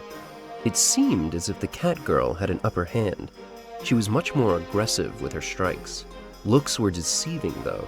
It took just one connecting strike from the squirrel-like humanoid in order to down the feline. Hello?" Ryuga said, finally grabbing the attention of the 2 humanoid creatures before him. The cat girl immediately got to her feet, dusting off her clothes in one quick motion. Likewise, the squirrel eyed Ryuga curiously, then pointed to the cat girl as it spoke. While Ryuga could tell the 2 were conversing, he couldn't understand a word being said. It was a completely different language than anything he'd ever heard, and definitely not human. "Can you understand me?" Ryuga said, taking a slow step backwards. The cat girl smiled as she bounced towards him, breaking out into a leaping pounce. In response, Ryuga could do little else but try to run, but to no avail. She easily pinned him down to the ground and used her full weight to restrict his movements. As Ryuga struggled to free himself, the squirrel-like humanoid walked towards him, one hand behind its back and the other outstretched. For a moment, Ryuga felt a tingling sensation. It was as if the hairs on the back of his neck all began to stand on end. Then, no sooner had the sensation passed, a small orb of white energy appeared near the fingertip of the approaching creature. Suffering from flashbacks of his encounter with the dragon creature, Ryuga struggled even more violently. "Nya!" the cat girl said as she forced him down even harder, making it so that he couldn't move, let alone breathe. Ryuga was forced to watch as the small white orb floated towards his face, eventually melting into his forehead. The sensation was like a cool chill, which washed over his mind, sending tingles to every corner of his brain. What about now? Ryuga opened his eyes to a strange voice. You should be able to understand now. The feminine voice said. Hey, you're holding him too tight. Get off, Parisia. The squirrel-like humanoid said as she waved her hands in a shoe motion. But it was fun. Sorry, I got carried away, Sensei. The cat girl said as she hopped backwards, landing on all fours as she watched Ryuga intently. You can speak, right? I've never seen a creature quite like you. You can understand what I'm saying, right? The squirrel lady said impatiently as she watched Ryuga sit up. Yes, he finally said, rubbing his chest. Good. I was worried I'd lost my touch, or that you're a dullard. The squirrel lady laughed as she spoke. She seemed very pleased with her stupid joke.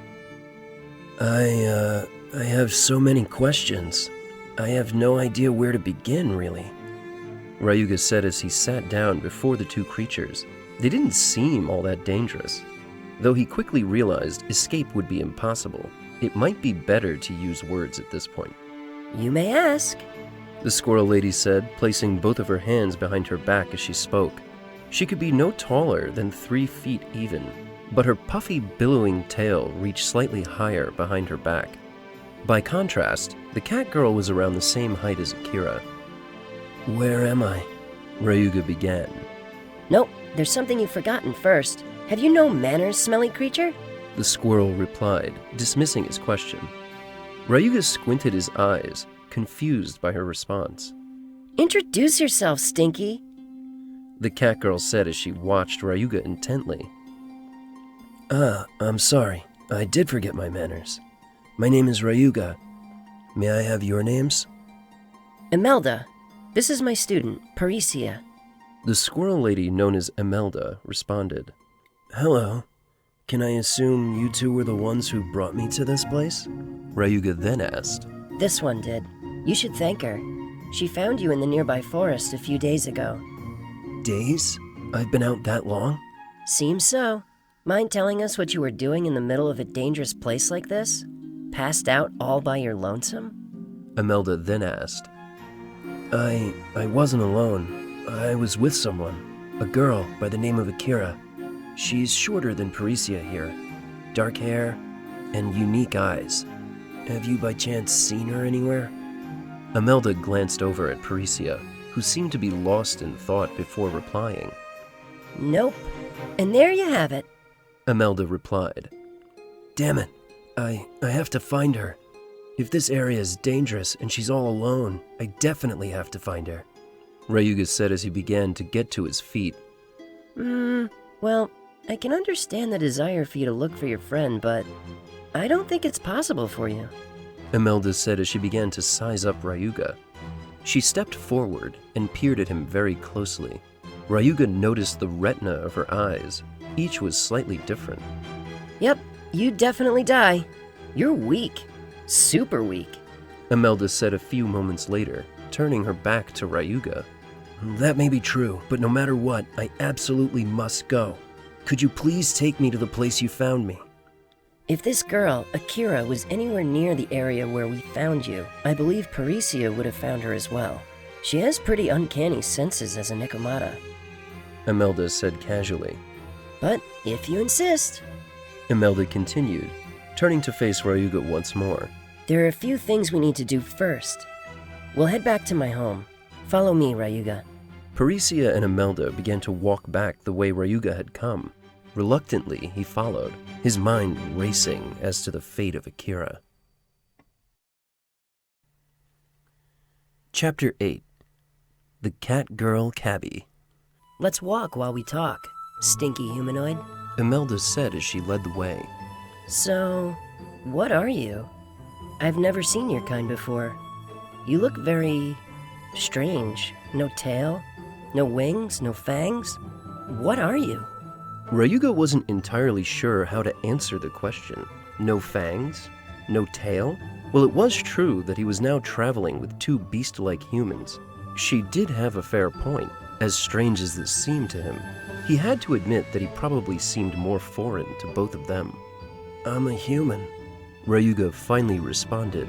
Oh, a human. That's good. I thought for a moment you might be a hairless ape. Parisia said as she followed closely behind Ryuga. I mean, that may not be too far from the truth. Ryuga muttered to himself. Of all the 32 races within the world, I've never heard of human, not even among the extinct races. Interesting. One mystery down, just a dozen more to solve. So, what are you doing in the middle of Sen Beast territory? Imelda then inquired. I have no idea what a Sen Beast is. As far as how I got here, well, that's kind of a complicated story. Well, something tells me we will have a ton of time. May as well start explaining. Imelda replied. And so, Ryuga recounted the events which led to his awakening in this strange area. By all accounts, you sound very lucky, Ryuga the Stinky. That creature you described, it sounds like a rare Sen Beast. Imelda commented after hearing Ryuga's tale. Wow, really, Sensei? What type can make itself disappear? Parisia asked. Draconic types have that ability. It sounds like our new acquaintance here was attacked by a worm. A worm? You mean like a baby dragon? Ryuga asked in disbelief. Exactly. Some of them are known to have unique powers. It's not too difficult to imagine one could conceal itself. In fact, turning camouflage isn't an uncommon ability for Sen Beasts to have. In fact, one of the scariest things about Sen Beasts is that unless you're attuned to nature, you can't even sense their presence. Pay attention, Stinky Human. She's not recapping the basics for my sake. Parisia said with a glee-filled grin. Do I really smell that bad? Ryuga asked, finally fed up with their name-callings. Yes! They immediately answered in unison. Well, we're back. Let's go inside. Besides, dinner should be ready anyway. Imelda said as she walked towards the door of her straw hut. Once inside, she invited Ryuga to take a seat on the floor while Parisia tended to dinner. Now, I'm not sure where you come from, but here, on this continent, we have what are known as Sen Beasts. There's a long history revolving around their existence. Needless to say, you don't need to know all of that if your goal is to face Sen Beasts. For now, let's just say they are creatures of immense strength, or unique abilities that prey upon humanoids. That sounds intense, Ryuga said. Indeed. And in order to stand against a Sen Beast, even the weakest of them, you must be trained to a degree. So you see, the likelihood of surviving in a forest teeming with creatures that are attempting to eat you are very, very low. Imelda segued towards her point. She scanned Ryuga's face for any changes in mood. She didn't expect him to just change his mind, but she needed to at least try. Very well. We'll eat, and then Parisia will take you back to the place she found you. But I need you to promise me 2 things. 1, don't leave Parisia's side. If you do, there's a good chance you might not survive. For someone like you may not even be able to see the threats. The second thing is that regardless of the outcome, you must agree to return here should Parisia deem the situation unsafe.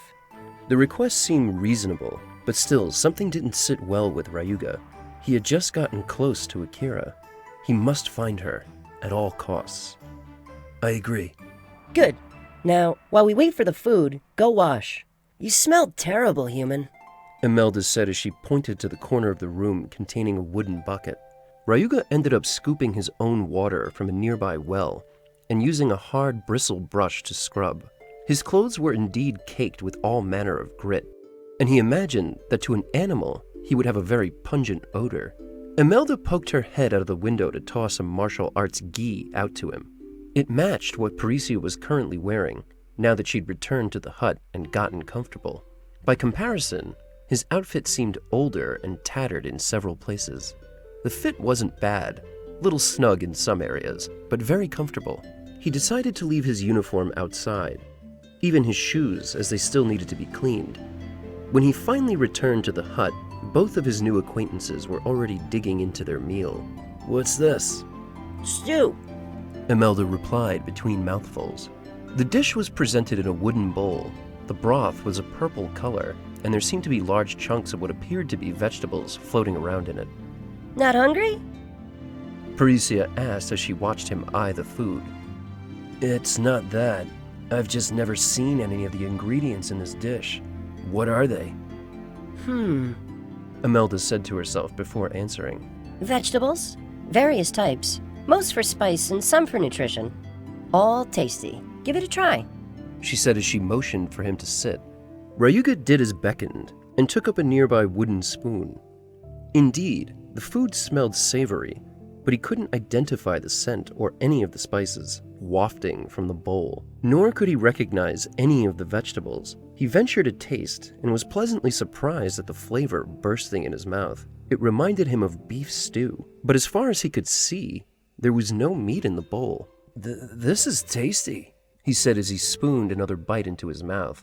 There was no telling just how long he'd gone without real food. He was much hungrier than he initially realized. The trio quickly demolished their soup, with both Parisia and Ryuga going back for seconds. After a few minutes of preparation on Parisia's end, all three of them were now standing in front of the hut. Well, Parisia, you know what to do. Try to make it back before nightfall. It's getting late.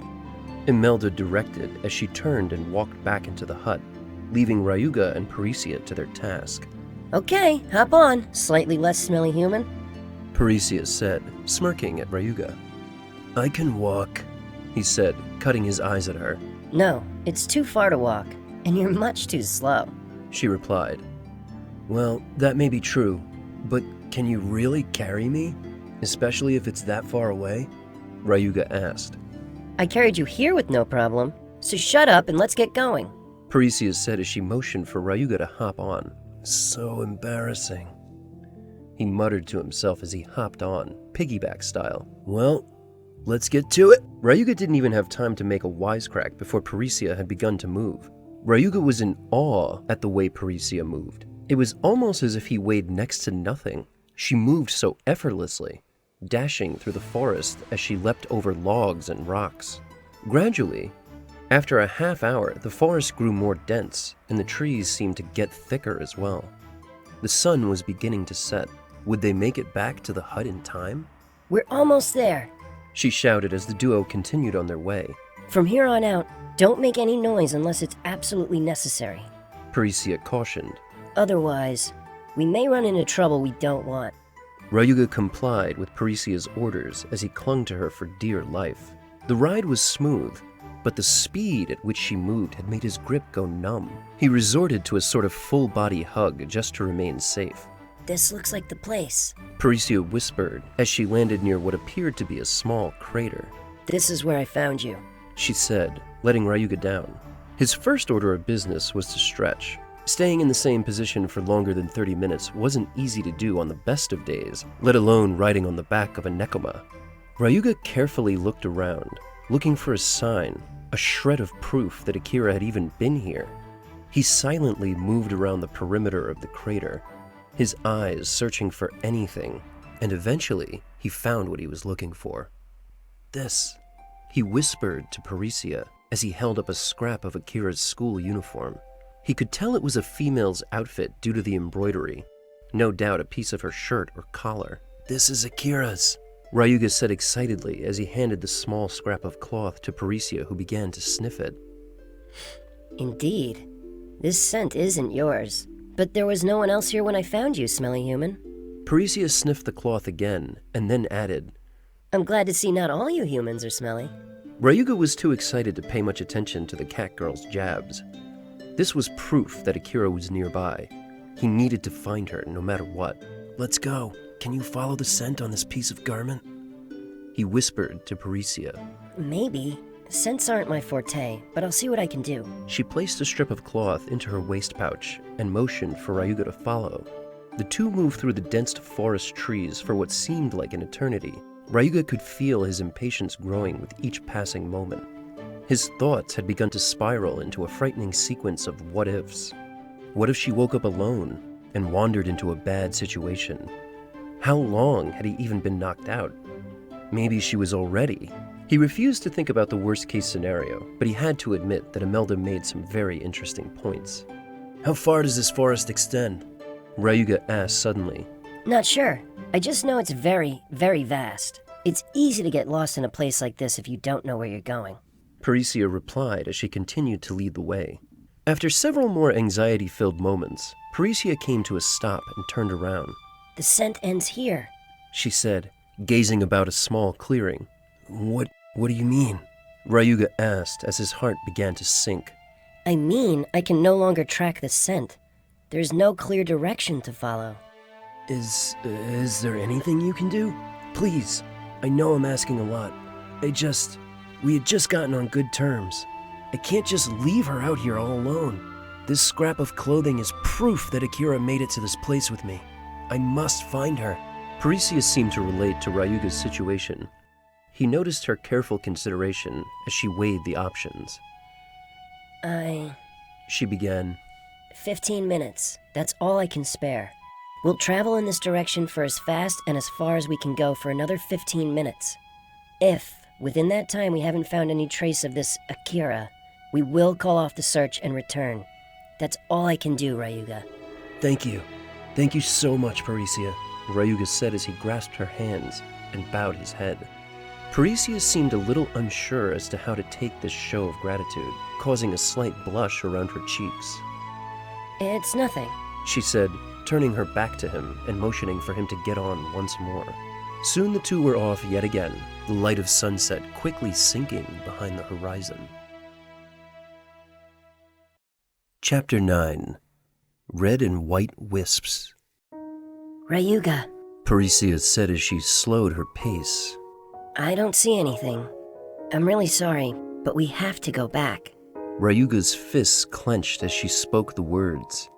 He knew back at the clearing that Akira wouldn't be found. Something just whispered this to him. Perhaps intuition. He didn't want to accept it, but that didn't change the reality. Still, he'd endured so many harsh truths about life that a part of him had grown defiant. I understand. Let's go back, he said, his voice low as he resigned himself to the impending worry he would now face for every moment the two were apart. Ryuga, is this Akira your life partner? Parisia asked out of the blue. What? No, not really. I just met her a few days ago. Oh, I see. Then why are you so stuck on finding her? Parisia asked.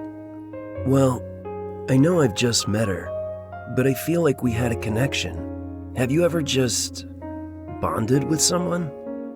It's strange given the fact that I barely know her, but I just feel like I could talk to her about anything. Have you ever had that? I can't say that I have. Parisia replied, now correcting course to head back towards the hut. I've been alone for years now, to be honest. Parisia said. It's never bothered me.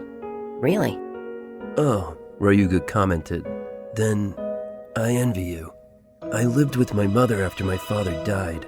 Or, at least that's what my mom told me initially. Later on, I found out that my father wasn't actually dead. He had just left us. Parisia said, acknowledging his story.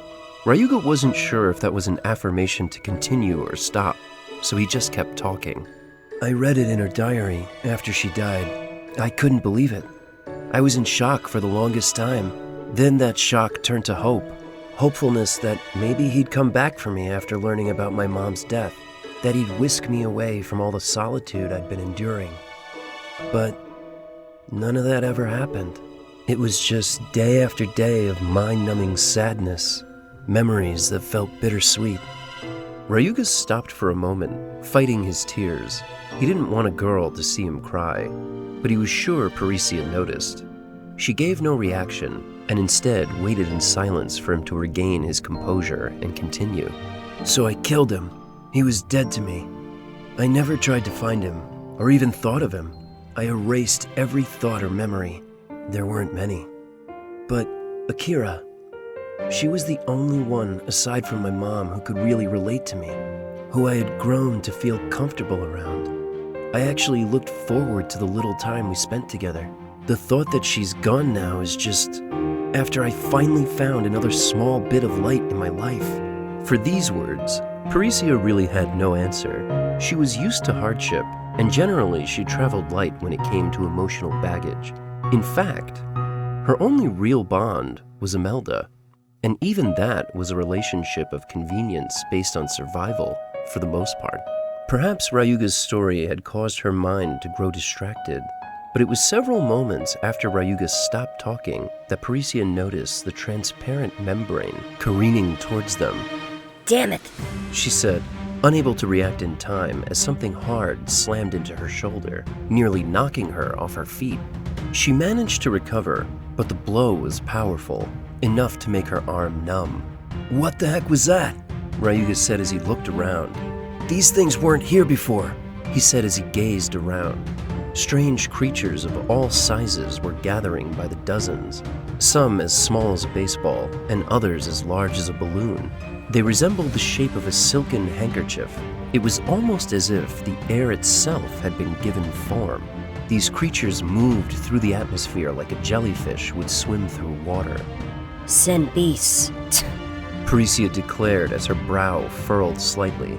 She dumped Ryuga on the ground unceremoniously and prepared herself for battle. Don't make any sudden movements, and whatever you do, don't let them touch you. Parisia ordered as she leapt into action. Ryuga felt a sudden change in the atmosphere. The feeling centered around Parisia herself. It was as if a nexus of strange energy was emanating from her general direction. If Ryuga had to describe the sensation, it was like a veil of pressure hanging in the air. It was sticky, clinging to his body and imposing itself upon him. Parisia flicked her wrist, and a few moments later, several of the creatures burst into thin air and evaporated. The other creatures nearby went into a frenzy, their color changing from transparent to fluorescent. Some were a dull white color, others were reddish-orange in hue. "What the heck is going on?" Ryuga said to himself as he watched the strange battle unfold.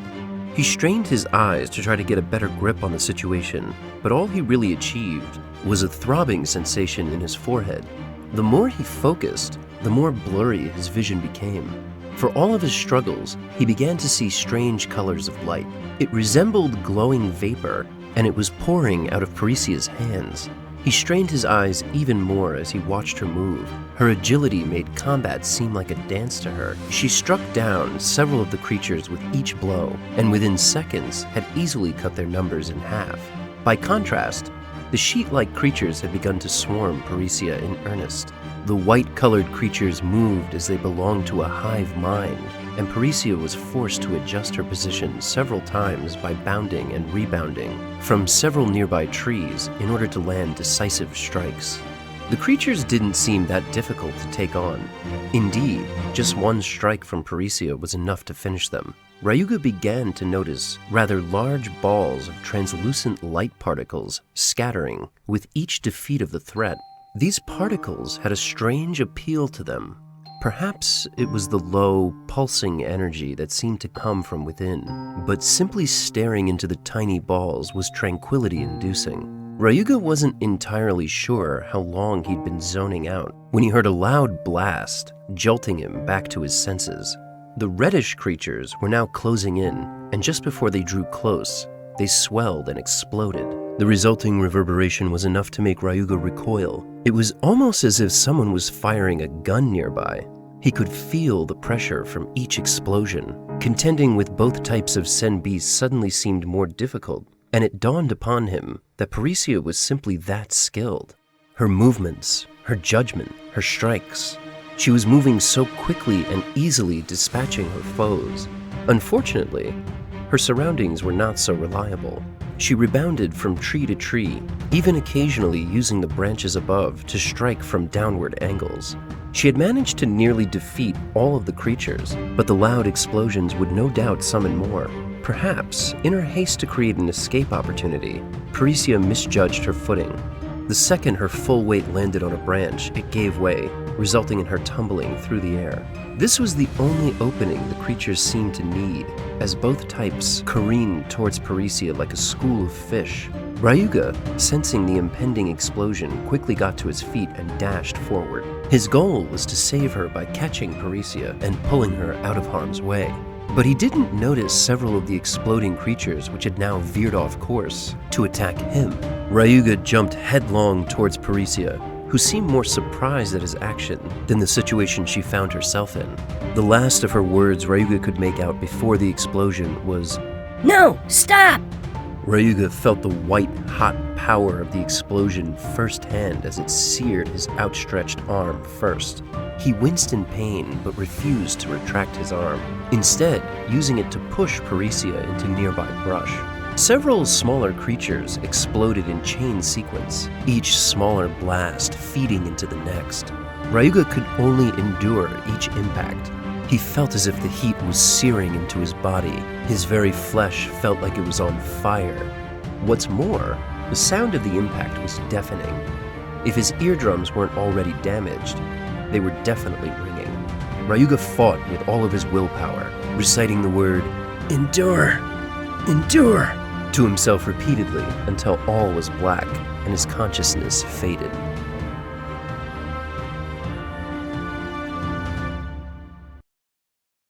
Chapter 10. 3 Moons. Hey, smelly human. Are you still alive? Ryuga could hear Parisia's voice, but she sounded so distant. He felt tired, perhaps more tired than he'd been in a long time. He could barely open his eyes, but he fought to do so. After all, who ignores the pleas of a frantic woman? He forced his eyes open as best he could, but it seemed as if only one was functioning. Half of his vision was a blur, pain shooting through his brow the more he tried to see. He remembered looking up at Parisia's face. She was kneeling over him, the dusk stars twinkling above as she gazed down at him. Hey, hold on. I'm gonna get you back to Imelda. She'll know what to do. Parisia said again. She looks really worried, Ryuga noted, but soon he felt the allure of fatigue and once more decided to close his eyes again, despite Parisia's desperate cries. What the? Ryuga could hear voices in the distance. Perhaps Imelda? Parisia? They seemed to be discussing something, but he couldn't be bothered to focus long enough to hear. And you said he was worse than just a few minutes ago? Yes. He was bleeding everywhere. His skin was badly burned. It was terrible. Ugh. This is why I told you to come back early. When next Ryuga opened his eyes, it was to the sight of both Imelda and Parisia staring at him. He was back in the hut, once again laying on the straw mat. See? I told you he'd be okay. Parisia said. Perhaps she needed convincing herself, and said as much to affirm it. He's lucky. Anyone else would be dead. I'm right here. You don't have to keep talking about me like I'm absent. Ryuga's voice was low, almost raspy. Did I die again? Ugh. He whispered as he began to sit up. Wait, you've died before? Parisia asked, her ears perking up in alarm. No, it was a gamer's joke, Ryuga said with a groan as he moved to rub his chest. Gamer? What's that? She asked. Nothing. Don't worry about it. Why do I hurt so much? Because you nearly did die. What were you thinking, taking on a group of death wisps? Even one is enough to fatally injure a normal adult. Imelda seemed cross with worry, prompting an apology from Ryuga. I'm sorry. I won't almost die anymore. Imelda cut her eyes at the young boy and sat down on her legs, cross-style. She grunted as she folded her arms. So, what happened? Ryuga said as he lay back down. You got blown up. I thought you were dead. Blood was everywhere. Your face and chest were badly burned. Parisia began. Oh? Is that all you have to say? She began, brandishing her claws. No, it's just, I don't know. I've been seriously hurt before, but I just sort of heal really quickly. Is that a trait all humans have? Imelda asked as she looked intently at Ryuga. No, I don't think so. My mom didn't. I know that for sure. Ryuga responded as his thoughts began to wander. Well, it's getting late. Your clothes are covered in blood. If you can stand, please go wash up and change. Imelda motioned to a new pair of hand-stitched clothing. I think I can manage, Ryuga said, tutting to himself as he slowly got to his feet and walked outside. Imelda eyed the young boy as he moved, thinking to herself as she watched him exit the hut. For a few moments, all was silent. Then a sharp yell of disbelief pierced the air. Ah! No way! What? What is it? Parisia rushed outside, only to find Ryuga half naked, staring up at the sky. There's 3 moons, he replied, pointing wildly. Parisia and now Imelda, who had come to see what the commotion was, looked at the boy quizzically. Yes, last time we checked, there were indeed 3 moons. Imelda said matter-of-factly. That's impossible. Earth only has 1. Earth? What's Earth? Parisia asked curiously. What's Earth? Ryuga laughed nervously as he sank to the ground, tears forming in his eyes. I can't believe this, he muttered to himself as he looked up at the sky once more. Well, that definitely explains everything. He was now beginning to cry more than laugh. Both Parisia and Imelda exchanged glances, unsure as to how this should be handled. Rather than saying anything, they simply waited for Ryuga to continue. I know why I've been having such a tough time now, he said as he got to his feet once again. What? Another planet? Both of his companions shouted as Ryuga revealed his revelation. That's not possible, is it, Sensei? Parisia seemed stricken with disbelief. Well, that's not totally impossible. It would take a hell of a lot of mana to do something like this. I mean, after all, travel between planets?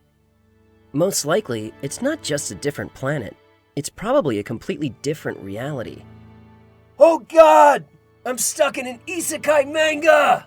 Ryuga shouted at the top of his lungs as he grabbed his head in panic. That's even more mind-boggling. I'm out of my depth here, kid, Imelda said as she placed her hand on her chin. Her mind seemed to be working in overdrive, so much so that Ryuga could almost see wisps of steam shooting from her ears. So that's why you stink, Parisia said as she cocked her head to the side. Ryuga only responded with a sigh. I don't stink, he said monotonically. If you say so. She whimpered to herself before taking a seat on a nearby tree stump. Ryuga, I think you should stay with us for the time being, Imelda finally said, breaking the silence. Ryuga wasn't really sure what to make of this declaration. After all, he still needed to find Akira, if Akira was even out there. He could really be dead for all he knew, sent to another world in the afterlife. So many thoughts were now running through his mind. Was he ever really alive? Maybe his past life was the real illusion, and this is reality. I'm not sure. I honestly don't know what to do. Your friend, this Akira, she's out there somewhere. How would you know something like that? I used a scrap of her clothing to check while you were passed out and mumbling about cola, whatever that is. Ryuga perked up immediately, running over to Imelda and placing his hand on her shoulders. Really? Yes. Get away, you stinky little boy. We have sensitive noses. Go wash up first. Imelda held her nose, kicking Ryuga in the shin several times to shoo him away. It would be another half hour before Ryuga had washed up enough to satisfy the noses of both Imelda and Parisia. Better, thank you. Now sit. We've got a lot to discuss, Imelda said as she took a position directly across from Ryuga. She sighed deeply, thinking for a few moments before she began to speak. Where to begin? There's so much you are oblivious to if you really are from another world. So many mysteries and questions. For now, I guess I should start by telling you more about the world you're now living in and why I'm suggesting you stick with me for the time being. This world, this continent, rather, is known as Pangea. For you to understand, I suppose it's a good idea to simply start at the beginning. In ages long past, there were 32 races which lived on the grand continent of Pangea. Over time, these races grew prosperous and cultivated their strength. But as with most beings who crave power, it was not enough. Soon the lands of Pangea ran red with blood. War was constant, an everyday, never-ending cycle which threatened to engulf not only the races of the continent, but the very land itself. In response to this, it was said that nature itself grew vengeful at the blood it was being forced to absorb. All of the malice and hatred seeped into the soil, creating the very thing that could undo us all. These creatures were essentially magic made sentient, the essence of the earth, given a malicious form. They are called Sen beasts. These beasts appeared all across the continent and attacked all Nekoma indiscriminately. After years and years of constant terror, 7 of the 32 races were driven to extinction. The rest had been pushed to the brink. Around this time is when the gods appeared. The gods of Pangaea were powerful individuals who learned to utilize the power of nature, Sen, for their own benefit. By doing so, they were able to combat the threat of the Sen beasts and turn the tide of the Great Beast War. By using their immense power, the gods of Pangaea forged a foothold in the remaining races and charged us with a task: cultivate our strength and follow in their footsteps to ensure the survival of our species. Oh god, I'm definitely stuck in a game. Ryuga placed his head in his hands, and a wave of stress hit him. I'm not sure what you're thinking, but I assure you this is no game. The continent is overrun by Sen beasts. We Nekama inhabit roughly 13% of the known continent. The rest is under control of the Sen beasts. I say all of this to emphasize a point which I feel you may have learned well already. The danger is real. These creatures are more than the average inhabitant of this land can handle. If you really want to find your friend Akira, you need to cultivate your strength. Not just normal strength will do. You need uncommon strength to stand against the same kind of threats you just lost miserably to. You mentioned Akira earlier. How do you know she's here? She could still be on Earth for all I know. No, I'm certain your friend made the journey with you. But how can you tell? Ryuga shook his head. Tales of demons and gods sounded so foreign to him. Of all the things he'd experienced today, this was the one that he struggled to accept. Because I'm a trained Sen warrior, my ego allows me to use the special ability called Aura Locator. I used it to check for your friend's presence, and I can feel her. She's still alive, wherever she is. But I also need your help to find her exact location. I don't quite understand what you mean by Sen warrior or ego, but what do you need me to do? If it will help me find Akira, I'll do it. Whatever it is, Ryuga asked as he sat up attentively. Come closer and give me your hands, Imelda requested. Next, I need you to describe her to me. Her appearance, her manners, anything you can remember. Even the smallest of details. While you do this, I want you to imagine her. Imagine the last time you were with her, words you shared, or perhaps feelings you experienced. Can you do that? Imelda asked. Yeah, that shouldn't be a problem. Ryuga bowed his head and closed his eyes as he joined hands with Imelda. He could feel a warm sensation flowing into his palms, and in a way, this helped him to relax. He pushed aside the day's events, all of the doubt and worry to find his first memory of Akira which sprang forth. It wasn't long before Imelda too closed her eyes and was greeted with a vast, blank sea of darkness. Soon, flickering flames sprouted and swirled around, almost as if they were being carried to motion by a whirlwind. Imelda searched for one of the red flame amongst thousands and focused on it. I can see her, but I can't tell where she is. This is very strange. It's almost like her flame is elusive. It shrugs my focus at every turn. What is this? Ryuga said, having seen the same vision Imelda did. Boy, did you see my soul seed just now? Imelda asked, an astonished look on her face. I don't know. I saw you in a dark place surrounded by many flames. Then I saw Akira. Or maybe I felt her, is a better way to say it? That should be impossible. I've never heard of a person entering someone else's soul sea without a pact. Imelda seemed genuinely disturbed by the incident. Is it really that special? Parisia asked as she finished a bowl of stew. Yes. Imelda said as she became further lost in thought. I'll do whatever it takes to find Akira. I'll accept your offer to stick with you and do all that you ask, Ryuga said, bowing his head in respect. No need for all that.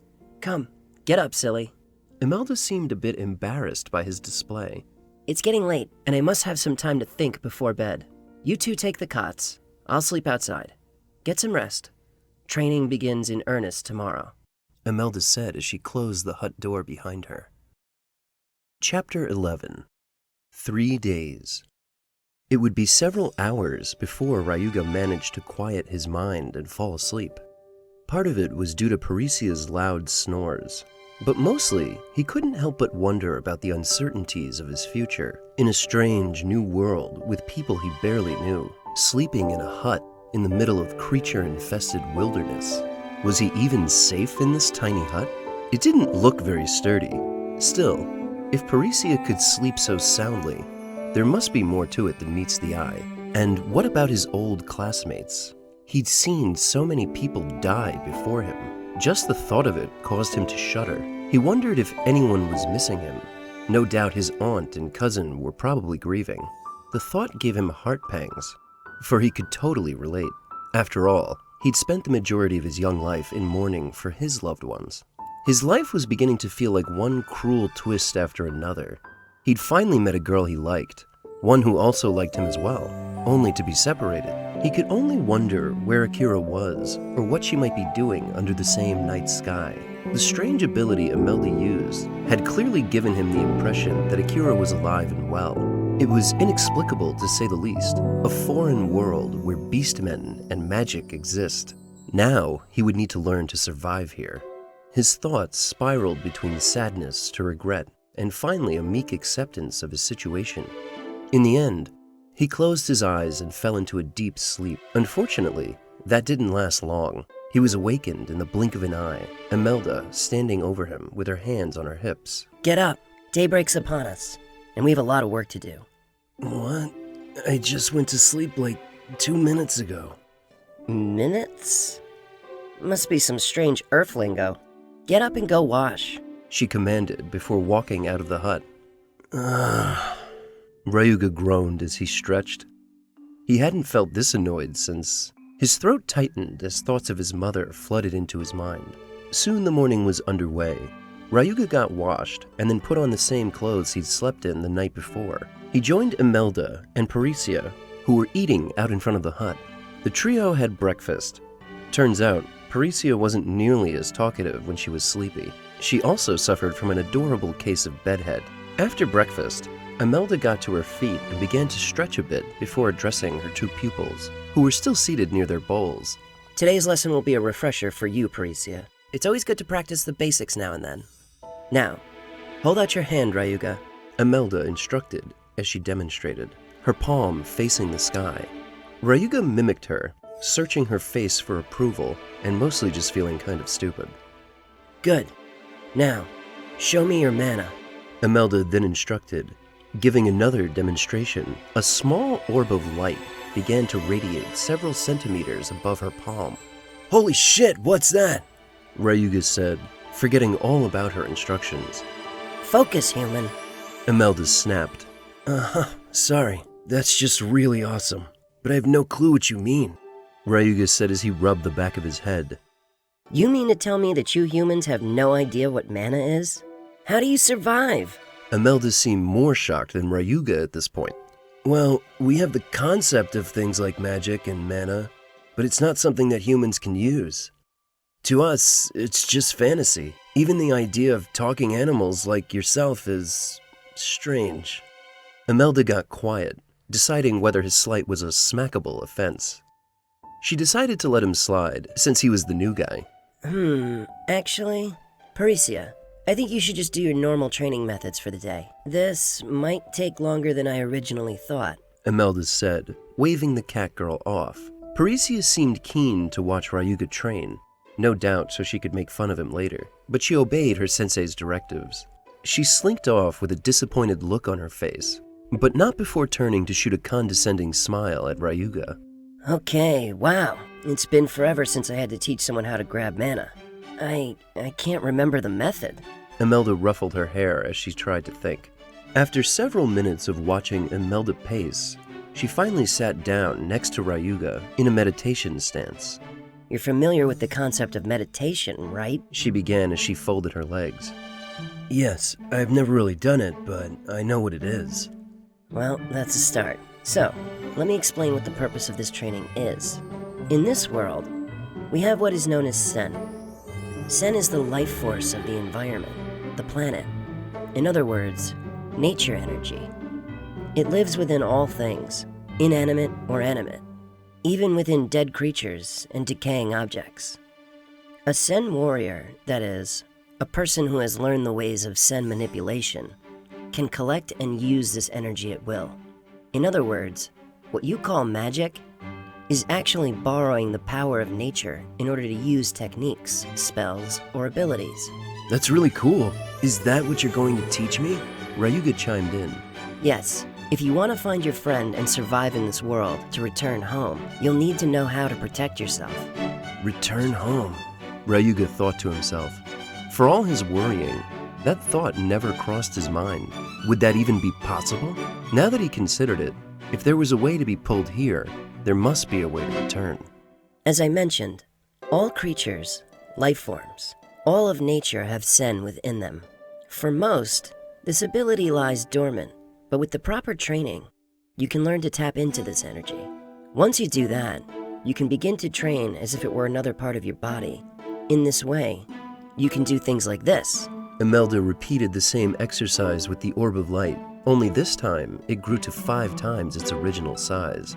In truth, I'm surprised you're even able to see this mana, she said, extinguishing her demonstration. I assumed that because you can see mana, that you must have at least some sort of familiarity with it. Most without experience can't see it clearly. For them, it can take a great deal of time to even learn how to use their eyes properly.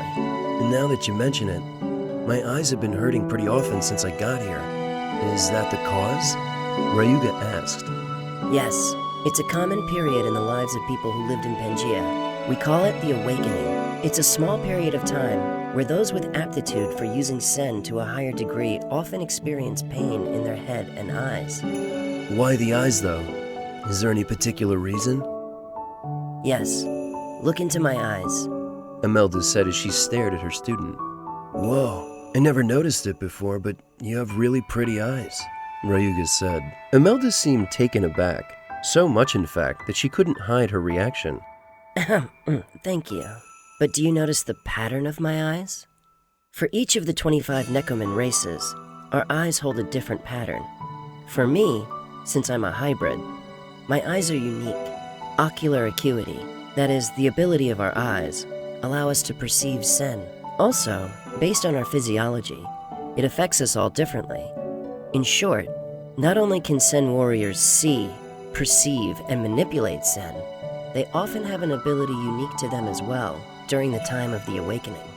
For me, it's the ability I use to search for this Akira. Ryuga seemed so enthralled with Imelda's every word that it was kind of unnerving for her. She wasn't used to people paying her so much attention.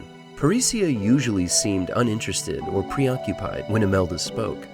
So, yesterday, when Parisia fought the Sen beasts, they burst into tiny little particles like the one you just showed me. Was that Sen? Ryuga asked. Yes, you saw those? There may be hope for you yet. Imelda seemed impressed. The exercise we're about to do is to help you grow more familiar with your own inner power. We call this mana. Earlier, when I asked to see your mana, it meant show me the full extent of your power. As another example, Imelda got to her feet and walked a few meters away from Ryuga before raising her hand above her head and closing her eyes. Within an instant, a large ball of energy appeared over her head and continued to expand until it was several meters in diameter. Imelda held the sphere in place for a few seconds before it slowly began to shrink again. Spirit bomb, Ryuga whispered to himself in awe. As you can see, I have a pretty good supply of mana. Are you understanding? This is probably confusing for you. Imelda asked as she sat down next to Ryuga once more. So, mana is like your own personal source of Sen? Ryuga asked for clarification. Yes, exactly. The amount of mana within you affects how much Sen you have to use at any given time. This is important because if you don't have mana for your spells, then you'll need to draw it from the environment in order to compensate. The amount of mana you possess can be raised with diligent practice for the most part, but because you're new to this world, and also to using mana, your mana level is no doubt closer to that of a baby's. So in order to begin teaching you in earnest, we need to expand your mana reserves. We'll begin to do that now. Now, Imelda said. Give me your hand and close your eyes. I want you to meditate with me. Ryuga did as instructed, and he immediately felt a strange sensation flow into him. It felt like his body was swirling with an unknown force. What is this? He stammered. Don't resist it. Just try to relax. Allow the feeling to take over your body and run its course. This sensation you're feeling is me flowing some of my mana into you. We will do this until you grow accustomed to the sensation and go from there. This is only the first step, so concentrate. Imelda explained before continuing. The two spent several hours meditating. At first, Ryuga was beginning to doubt his ability to get comfortable with the sensation of sen coursing through his body. But eventually, he realized that Imelda was constantly increasing the amount of sen. She was filtering into him by the tiniest amounts. By doing so, she managed to gradually accustom him to the world of mana manipulation. By the third hour, Imelda opened her eyes and stopped the training. I think here is a good place to take a break. I'm surprised. Despite having grown up with no concept of mana, you seem to have potential for a large mana reserve. I pushed roughly 10% of my own mana cap into you with no resistance. I'm sure you could probably handle much more, but it's not worth the risks. She explained. Risks? Ryuga said as he got to his feet to stretch his body. Yes. If your body is exposed to more sen than it can handle, you'll explode. Probably. Say what now? Ryuga shouted. Well, that's a worst-case scenario. It's also possible that you could go blind, or become paralyzed. Really, the number of ways things could go horribly wrong are infinite. Imelda said, with not even a hint of humor. Wait a minute, that sounds really dangerous. Ryuga began to protest. Imelda took one look at him and sighed, rolling her eyes. This world is dangerous. Just look what happened to you yesterday. You nearly died. Anyone else would have definitely still been bedridden and struggling for their life if they were attacked by burning wisps and death wisps. Imelda's rebuttal didn't have the intended effect, for Ryuga didn't seem so convinced. Look, thousands of Nekama use sen techniques every day of their life. The things I listed are just extreme cases. Needless to say, it took Imelda half an hour of talking to persuade Ryuga that his training would be totally safe. Parisia, who had slacked off from her own training to observe, whispered to herself. Yep, that's a total lie. Ryuga spent the next 3 days doing basic conditioning training for his mana capacity. Imelda wasn't really a strict teacher in the sense that she didn't micromanage. After their initial meditation guidance, she left Ryuga to his own devices with the instructions to, quote, fill his mana and learn to maintain it. Naturally, she gave him a thorough explanation to accompany that directive. Apparently, for those who are untrained, mana will seep out of the body unless it is contained subconsciously. She also said that the process of filling mana was something that constantly occurred simply by being alive. She suggested that he focus on learning how to increase the rate of mana intake, something he could do with meditation.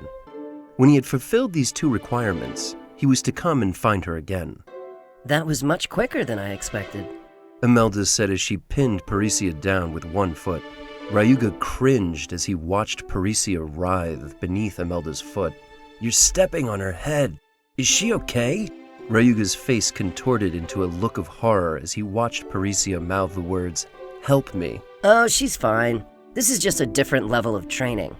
Imelda dismissed it casually as she inspected Ryuga. Yep, I can tell your mana is no longer seeping from your body. You've managed to do nicely. Well done. Take a break. I'll be with you after we finish up here. That was one scene Ryuga was glad to walk away from. Next, you'll need to learn to manipulate your mana. Remember the test I gave you on the first day? Hold your hand out and show me your mana. To do this, you have to direct the mana with your willpower to the point that you're focusing on. Imelda repeated the process again, then prompted Ryuga to do the same. After a few tense moments of strained grunts, Imelda held up her hand that the boy should stop. It's not about physical movement. It's about guiding energy with your mind. For the next part of your training, I want you to do these 2 exercises. Imelda took a wide stance and pulled her arms inward, close to her chest. Almost instantly, her entire body was engulfed in a smooth, transparent energy. Ryuga immediately recognized it as the same substance that the Sen beasts were made out of. Shroud your entire body, from head to toe in Sen. Hold this state for as long as you can. Then, Imelda thrust both of her hands forward suddenly, and Ryuga watched as the energy traveled to her palms and expanded into one large ball of energy. repeat this until you can maintain a full body shroud for at least 5 minutes. Imelda then moved to find her other pupil, who had gone into hiding by this point. From this point on, Ryuga practiced morning, noon, and night for approximately 6 days. At first, simply maintaining a full-body shroud was taxing. It was a technique where you needed to use a great deal of your available mana, thus it couldn't be sustained for too long. He found the second part of the exercise even more difficult. He could feel the mana all over his body, but the moment he moved to push it into a single point, it was like he was moving through water. This single sensation covered his entire body, and he would often lose his mana shroud before he could finish concentrating the energy. He would then have to meditate to refill his mana and repeat the process over and over again. By the afternoon of the 6th day, Ryuga had only managed to maintain his shroud for 30 seconds at the most. We're gonna take a break from training. It's time for a field trip. Imelda said suddenly, out of the blue. Field trip? Where are we headed? Ryuga asked, perking up slightly. We're going to visit the town of Rindelin. Chapter 12. The Ancient Altar. So, we're going to a town? I'm excited to see what civilization in this world is like. Ryuga said as he draped a long, hooded cape over his shoulders. He'd been directed to wear it by Imelda. Parisia had been given one as well. Yes.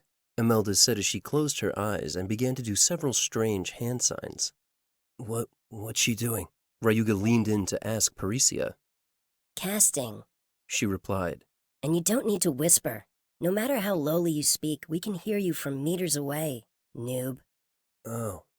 Ryuga said, feeling a bit foolish now. After a few moments, Ryuga felt a strange force flowing around him. It felt like a windy day, gentle, the force rising until suddenly it died down. What was that? He asked, and was soon answered as he felt himself begin to levitate. What the hell? Ryuga shouted as the ground began to grow smaller and smaller. Ryuga fell to his knees, screaming and shouting, prompting Parisia to begin laughing at the top of her lungs. Perry, stop. Imelda said in a lecturing tone. I can't help it. She said as she gazed at the terrified look on Ryuga's face. Ryuga, calm down. I'll explain in a second. Just let me guide the bubble a little further up and... Imelda paused as the trio were now floating high above the trees of the forest. From below, the small clearing where the hut resided was little more than a small blotch.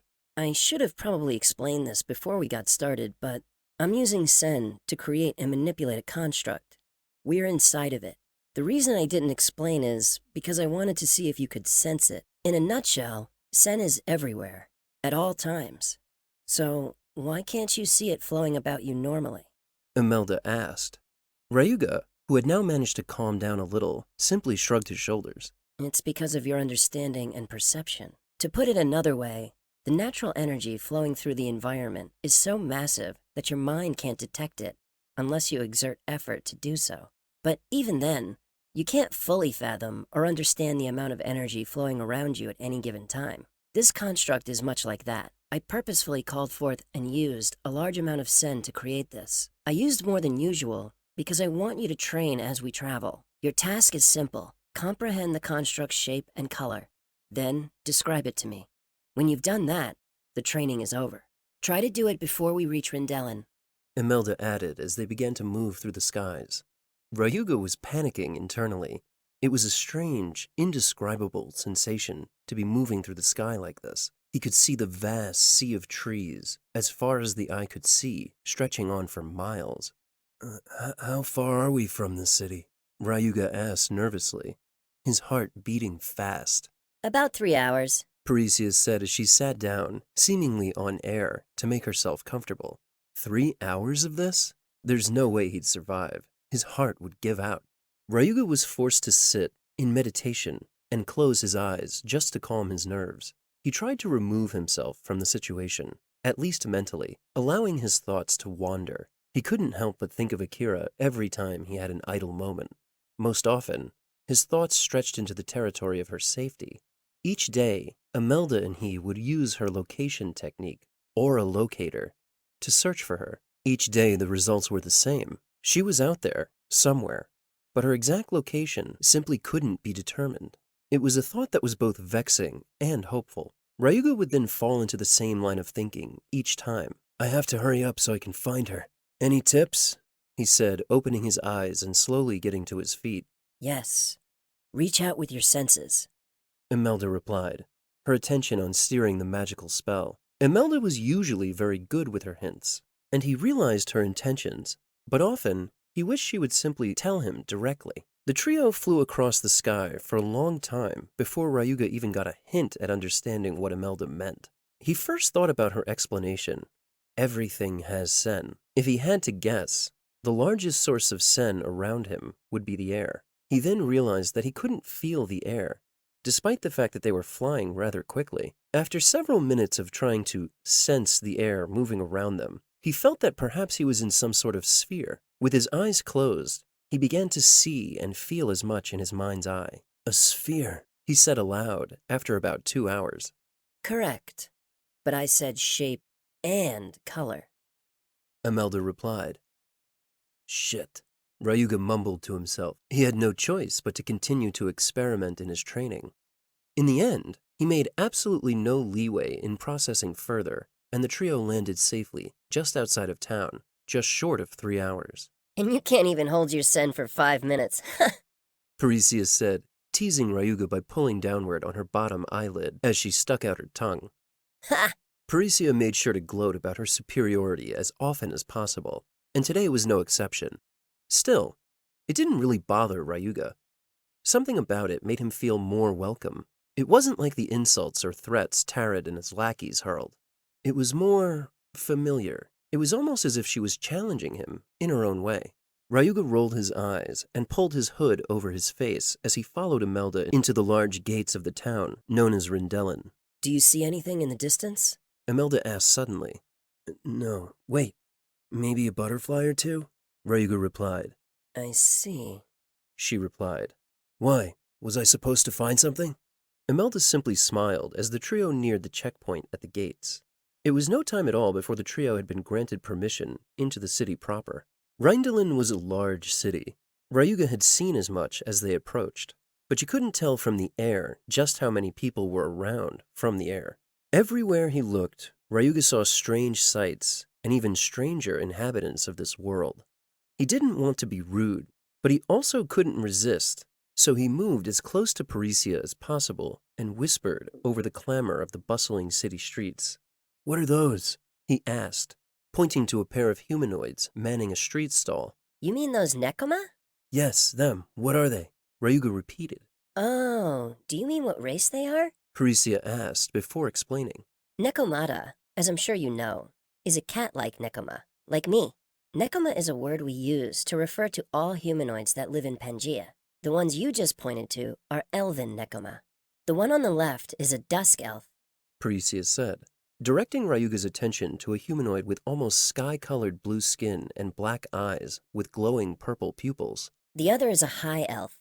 Now that Ryuga looked harder, he did indeed notice the long, pointy ears, telltale signs of elves from both of the Nekoma. The high elf was a stark contrast to the dusk elf, as she had long blonde hair and beautiful blue eyes. Her skin was pale and fair. Each had an alluring beauty about them, as if the sun and moon were talking and smiling before him. The dusk elf noticed his gaze, and in response gave him a warm smile and wave, prompting a blush from Ryuga as he continued following Imelda. It goes without saying, but keep up, you two. This city isn't exactly dangerous, but there's still a lot of trouble you can get into.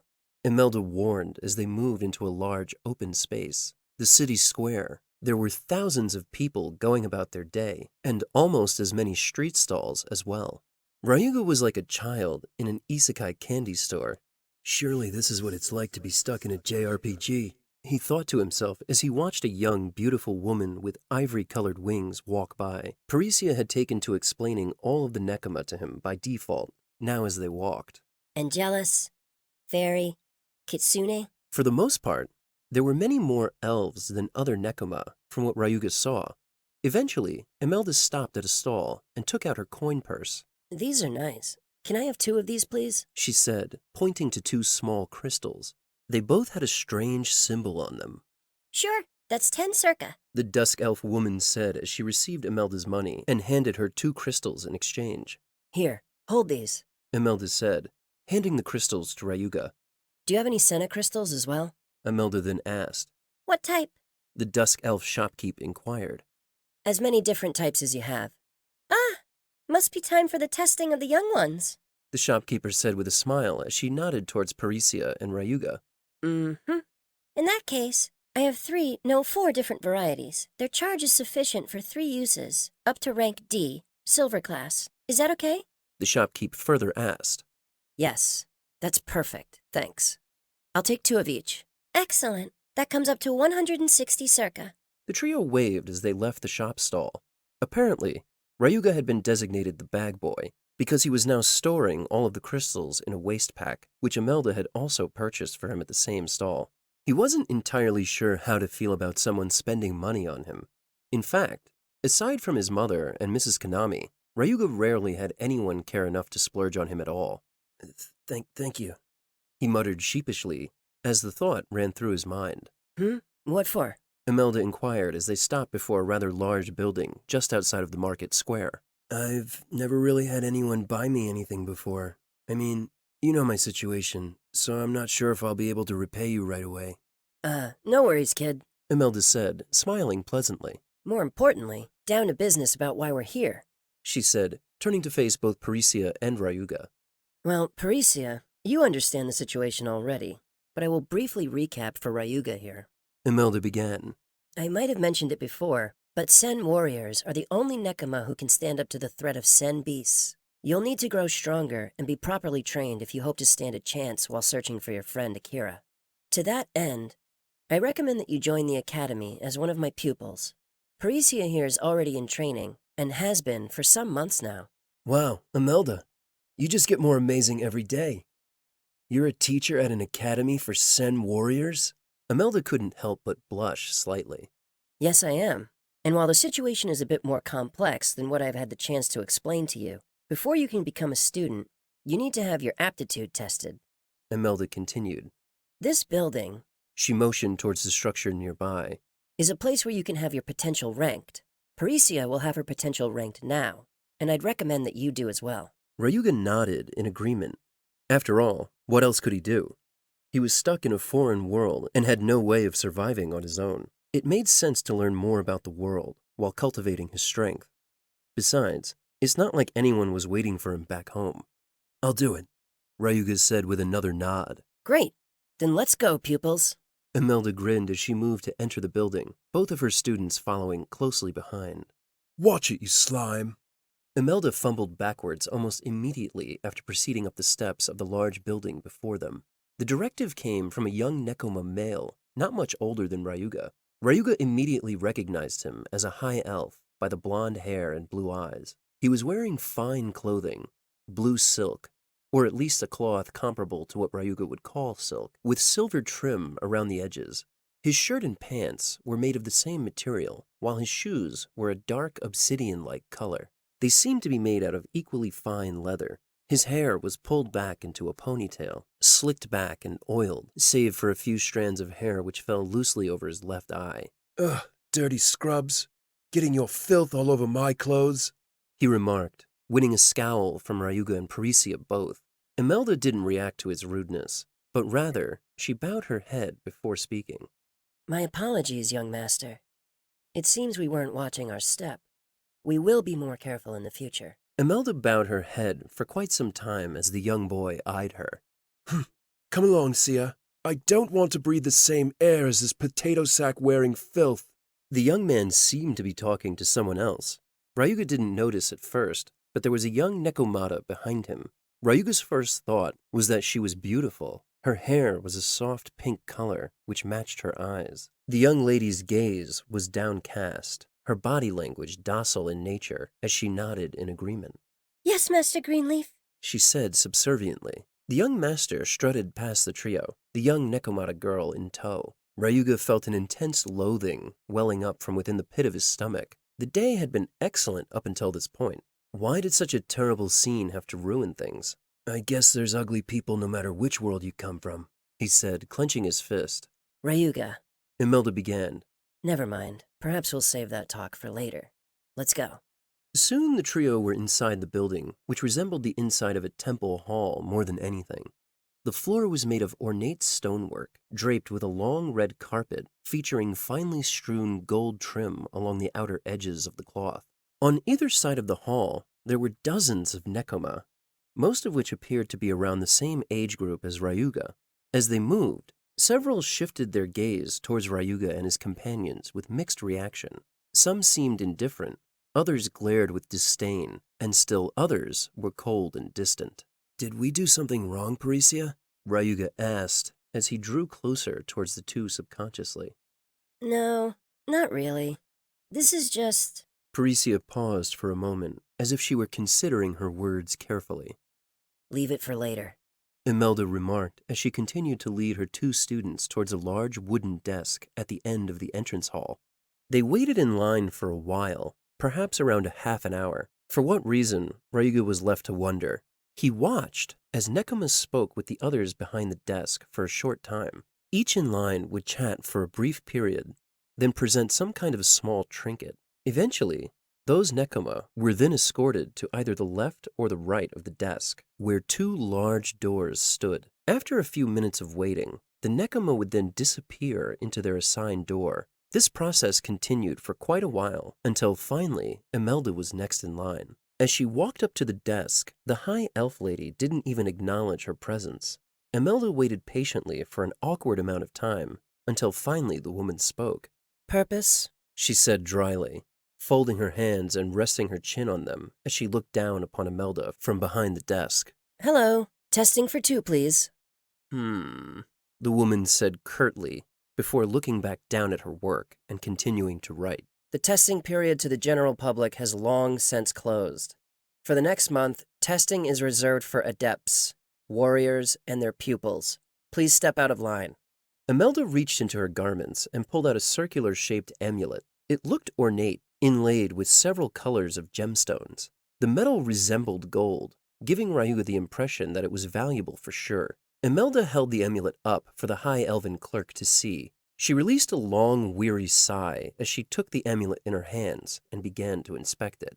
She stared at the amulet for an unnaturally long time. Even to Ryuga, it was plain to see that she was determined to find fault in its authenticity. Imelda showed no sign of annoyance or impatience by contrast.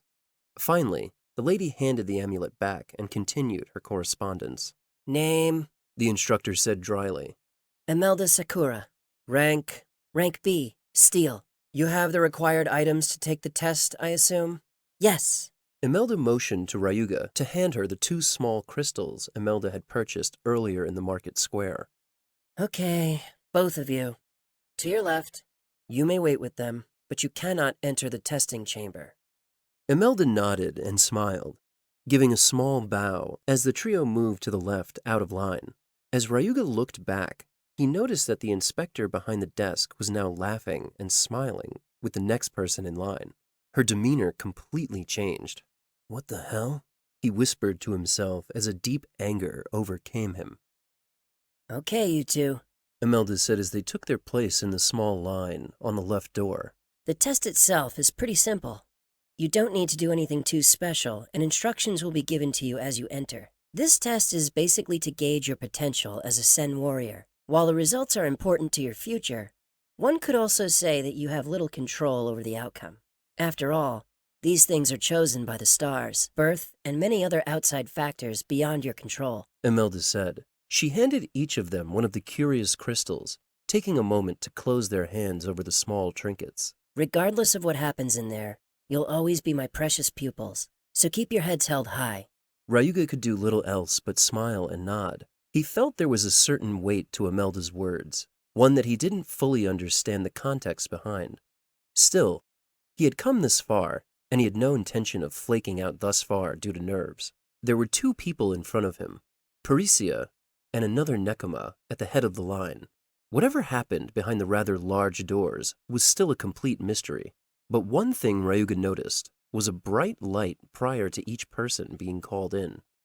"Good luck," Ryuga said as he watched Parisia walk inside. I don't need luck, stinky human. She said with a smirk as she entered the chamber the doors closing behind her. Ryuga only waited for about 2 minutes before the large wooden doors swung open from the inside. The supervisor at the door motioned to Ryuga to enter as well. Ryuga glanced back towards Imelda, who smiled and waved him inside. Ryuga couldn't shake a slight feeling of nervousness overcoming him. He took a deep breath and walked into the dimly lit corridor connecting the entrance area and the testing area. He had taken several steps before the doors swung closed behind him, and he now noticed a line of candles with flickering flames of all colors along the wall. He followed these flames until he came to a circular room with a single robed person waiting before him. "Present your crystal," this person said as he drew near. "This is a test to measure your potential as a Sen warrior. In order to rank in the academy, you must obtain at least rank C potential measurements." The examiner continued the explanation, but it may as well have been in a foreign language to Ryuga. Ranks? Levels? Imelda had clearly forgotten to explain a few things. Ryuga could do little else but nod. "Now, hold the crystal in your palm, face up, and shroud yourself in mana. I will do the rest," the examiner said as she placed her hands in a peculiar hand sign and began moving rhythmically. Her movements were slow and deliberate. It reminded Ryuga of a dance as he watched, so much so that he almost forgot to use his mana. He closed his eyes and did as commanded, keen to focus on the task at hand. To this end, he called forth his power and... "Ah!" the examiner screamed, prompting Ryuga's eyes to pop open. "Oh, that startled me," she said, grasping her chest. What? What happened? Ryuga noticed that the crystal in his palm had shattered into several pieces.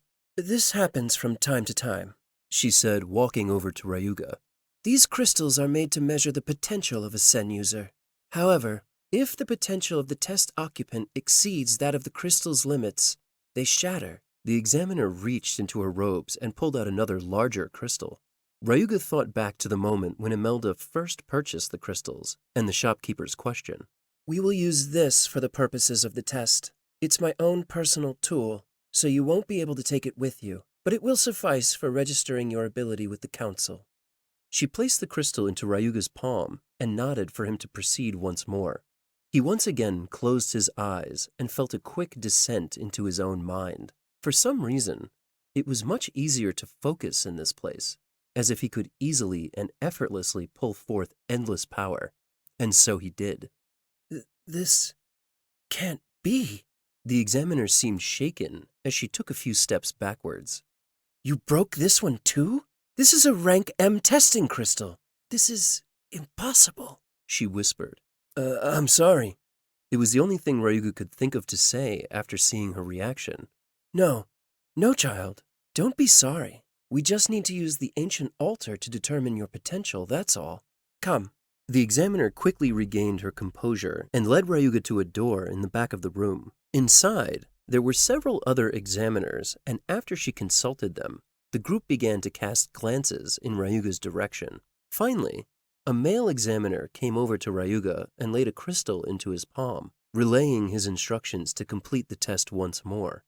When the result was the same, his face went pale for a moment. Ryuga then followed both examiners to another large circular room. Unlike the first, this room had a massive crystal in the center with dozens of glowing runes.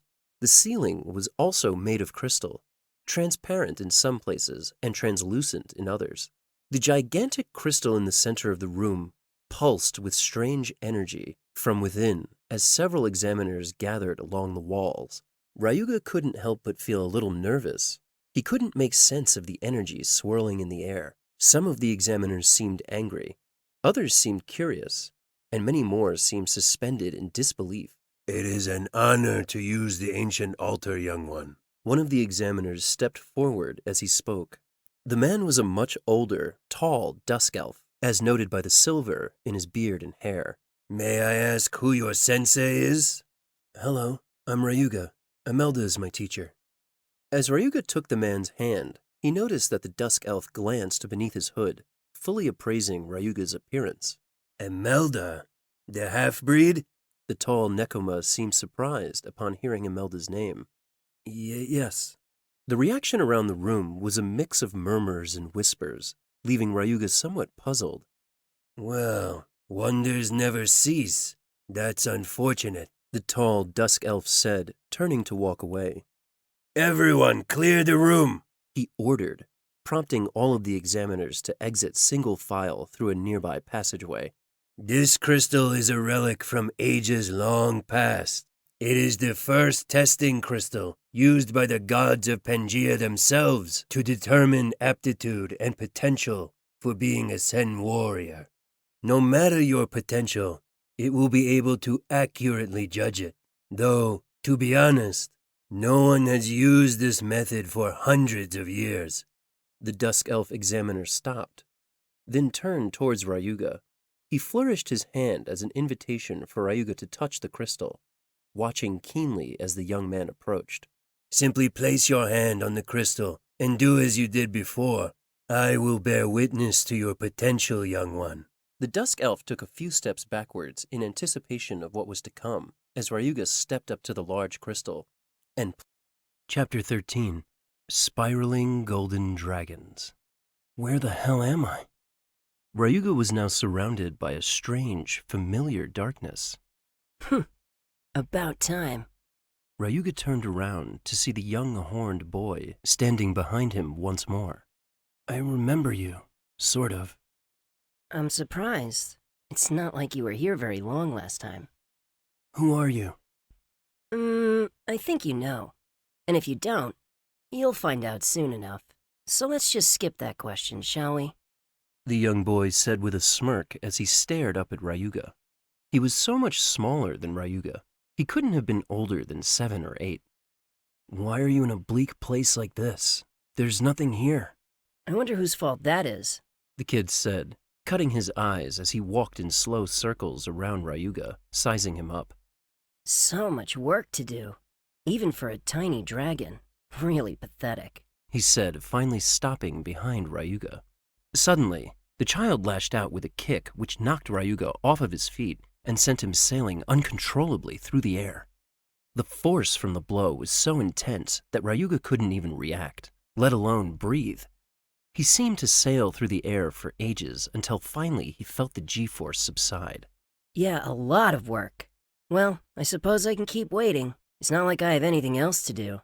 Ryuga's movement had been effortlessly stopped by the young boy with a single outstretched arm. What the hell are you even talking about? Where am I? And why did you kick me, you little punk? That's what I like to see. Fire. Well, anyway, it's time to go. See you later, the kid said as he turned to walk away. Ryuga could only watch as the young boy slowly faded from view into the darkness of this strange place. By the gods! This is...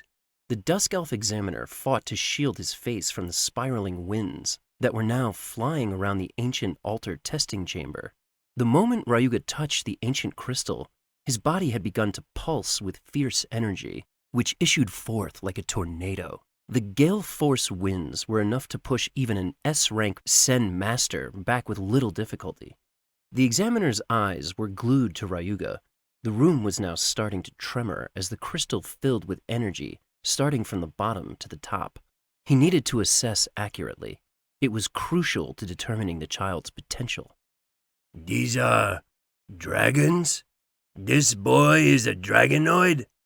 The Dusk Elf's fear quickly gave way to astonishment as he watched several silver dragon spirits rise from Ryuga's body. 1, 2, 3? There's no way! He counted a total of 11 dragon spirits swirling around Ryuga's head, but what he saw next was enough to leave his mouth agape. Starting at Ryuga's heels, a golden circle of light issued forth, and from it, 3 golden dragons appeared, snaking their way up the young man's body and eventually swirling around him, much like the smaller silver variety. Celestial? 3?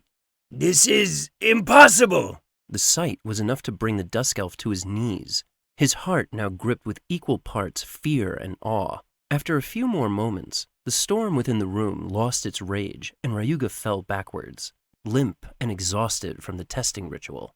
My gods! This is... The Dusk Elf stared down at Ryuga, completely wrapped in awe. Head Examiner Dunzo! Head Examiner, is everything okay? The original female examiner made to open the door upon hearing the sounds of rumbling from the nearby room. Stop! Do not enter! The Dusk Elf Dunzo shouted. The process is not over yet! Do not interrupt the sacred test! After ordering the other examiners to stay back, Dunzo reached into the folds of his robe and pulled out a crystal. He closed his eyes momentarily, focusing on a small senna crystal, as he imagined the message he wanted to inscribe there. Boy, wake up, wake! Dunzo said as he gently shook Ryuga. Eventually, Ryuga began to stir, a confused look upon his face as he gazed up at the ceiling of the room. What happened? He asked almost immediately. We have little time. Take this crystal. Give it to your master and no one else. Dunzo said as he helped Ryuga to his feet. Okay. Ryuga was still disoriented and confused, but he did as instructed, placing the pulsing crystal into his pocket. I shall escort you out. Follow me, Head Examiner Dunzo commanded as he began to lead the way. The two exited the circular testing chamber through a separate side door rather than the one Ryuga entered through. Eventually, the two made it back to the entrance hall. Listen and listen well, Dunzo said quietly as he and Ryuga walked. You and your teacher, you must leave the city immediately for your own safety as well as hers. Be sure to tell her this, and tell her not to view this crystal until she is far from prying eyes. Dunzo's behavior was that of a man casually walking, with no more than a young teen in tow. But Ryuga felt a certain sense of steeliness behind his words, a definite sense of urgency. Ryuga, about time, Imelda said, turning to face Ryuga as he approached. It was only then did she notice Head Examiner Dunzo standing a few feet behind him. Ryuga! Imelda quickly grabbed his arm, yanking him closer. What did you do? She whispered. Nothing. I just took the test. Ryuga felt like a child being tossed around by an angry parent. Strangely enough, the nostalgic feeling made him smile on the inside. I assure you your student has been no trouble. Quite the opposite, actually. I just came to personally escort you out of the building. Your affairs are in order, I trust? Dunzo seemed pleasant. A smile spread across his face, but Imelda immediately noticed a bead of sweat forming on his brow. Yes, Head Examiner. We'll take you up on your offer to see us out. Imelda said as she bowed her head. Perry, let's go. Imelda waved to her student, who was engaged in a conversation with a fellow Nekomata. As the four made their way to the entrance of the building, Imelda noticed commotion near the front desk. Several examiners were crowded near the receptionist, two of which were also other head examiners. Imelda noticed them pointing and glancing in their general direction, which caused her mind to race. Exactly what happened during the test? She shot a glance at the young man walking in front of her. Ryuga seemed fine, but she couldn't help but shake the sense of urgency in the air. Remember what we spoke about. Relay that message straight away, Dunzo said in a whisper to Ryuga, who in turn nodded. Imelda and Parisia both heard it, to be sure, but they both feigned ignorance out of respect for the situation. As they finally reached the door, Dunzo turned to Imelda, bowed, and left her with one final comment. Train them well, especially this young one. He then turned and walked back into the building. As Imelda looked back inside the closing door, she caught a glimpse of the other examiners crowding Dunzo. She also noticed Dunzo's hands behind his back, shooing them on. Ryuga, what did the head examiner ask you to tell me?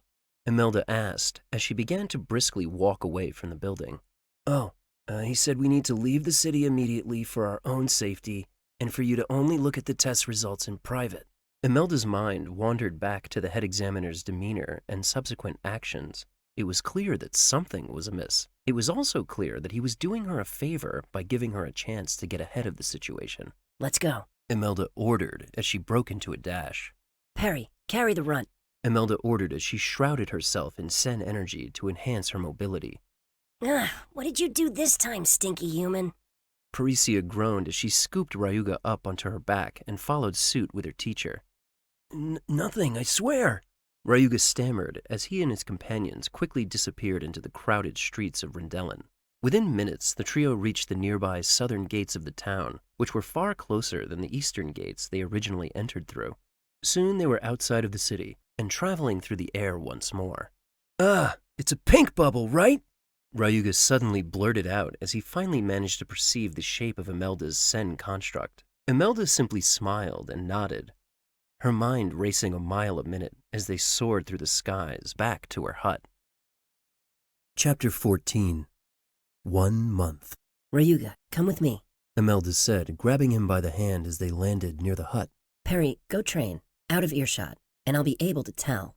Imelda commanded, prompting a groan from Parisia. Loser.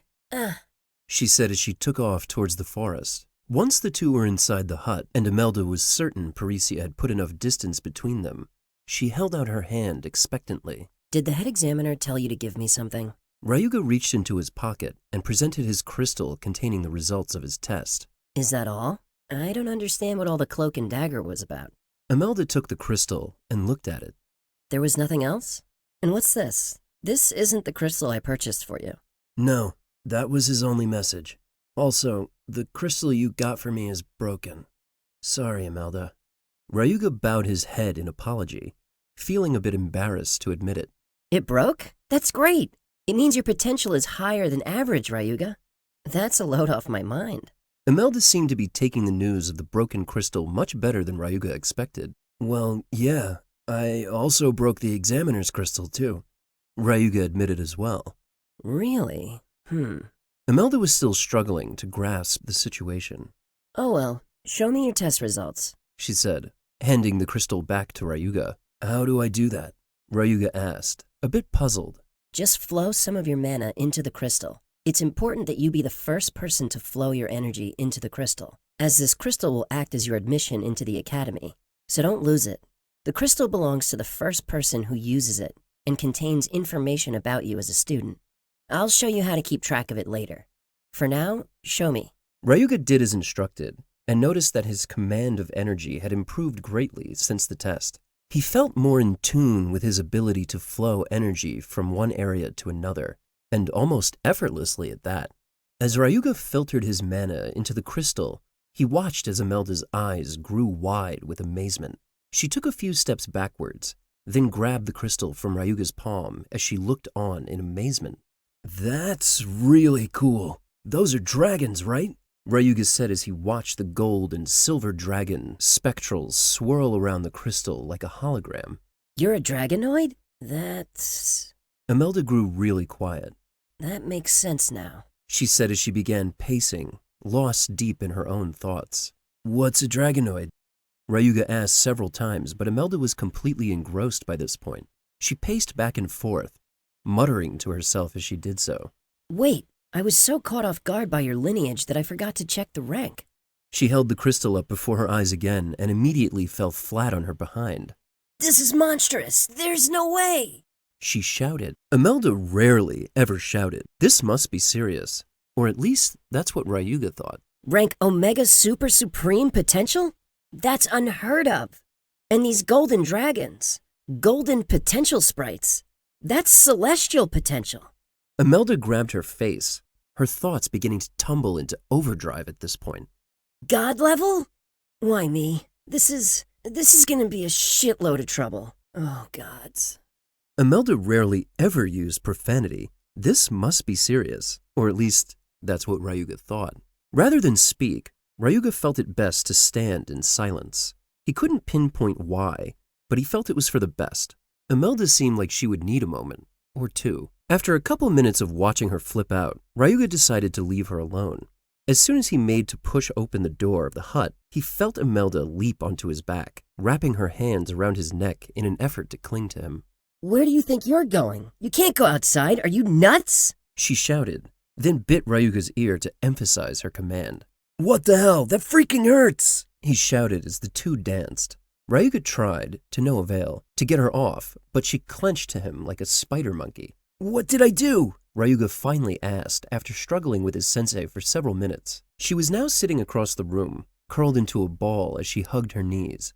She kept repeating variations of, Oh, My life is over. Why me, gods? Why me? Eventually, after a long while, Imelda managed to calm herself down. If I think about it logically, we should be safe here. And the Academy is one of the safest places on the continent. It will be okay. Oh, no it won't. Who am I kidding? Imelda? I don't know what I did, but if I'm causing you any trouble, I apologize.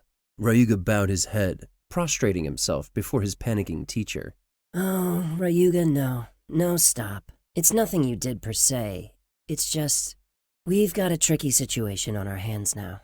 Imelda finally calmed down long enough to explain the situation properly to Ryuga. Essentially, dragonoids were an extinct type of Nekoma in the world of Pangaea.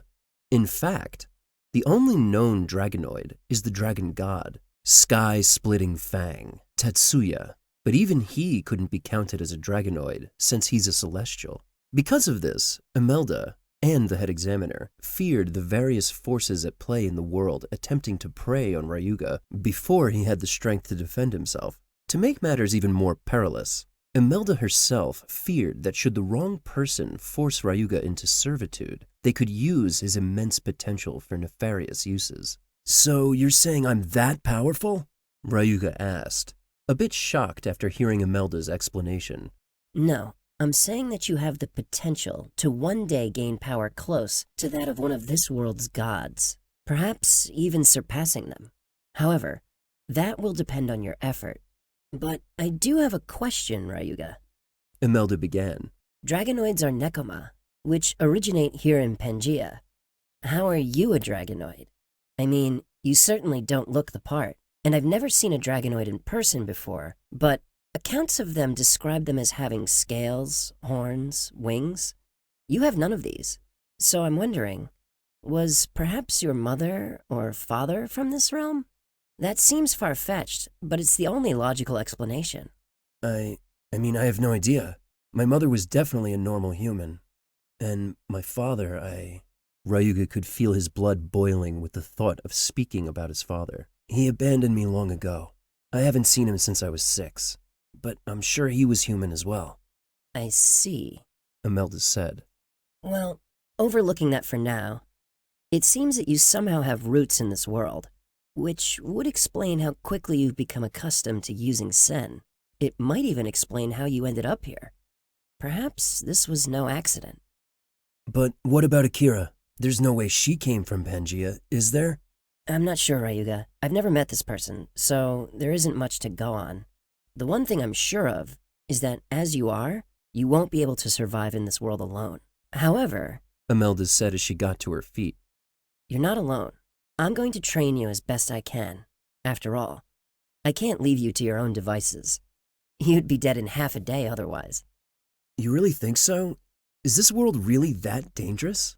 Ryuga asked. You have no idea. There's just about 1 month until the opening period at the Academy.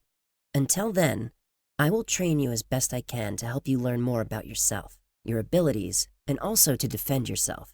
Imelda said. I won't be gentle, and I won't accept any whining. Your life's on the line, and you have very little time to get prepared. Do you accept, or will you quit now? I don't even know why you bother asking at this point. I'll never give up on finding Akira. That much is certain, Ryuga said as he got to his feet. Good. Let's go then. We've got work to do. Imelda said as she marched towards the exit of the hut. You mean now? Ryuga asked, a bit caught off guard. Mm-hmm. He sighed and followed Imelda outside. He was a bit tired from all the excitement of the day, but he couldn't be complaining now. Just so we're clear, what do you see around us, Ryuga? You should be able to see it now. Ryuga glanced around and quickly noticed something he'd never seen before. A dome of sorts surrounding the perimeter of the hut and extending several meters in all directions. This is some kind of barrier? Is it used to keep Sen beasts out? Ryuga inquired. Yes. Very good. You've been living here for weeks and had no idea, did you? This is proof that your awakening period has ended and you're now able to perceive Sen, both natural and otherwise. Do all cities or homes have Sen barriers like this? Ryuga's mind flashed back to Imelda's question as they entered the city of Rindelin. If they want to make sure they aren't slaughtered in the night, of course they do. I might have mentioned this once before, but Sen beasts inhabit a great deal of this continent. In fact, Nekoma only have control of a little more than 10% of the territory in this world. There are much more dangerous creatures than those wisps you got wrecked by, and even some of them roam this very forest. Oh. Ryuga could do little else but gulp. He felt very fortunate that Parisia found him a few weeks prior. Otherwise, he might have ended up at some Sen beast's lunch. Parisia, come out. I know you can hear me.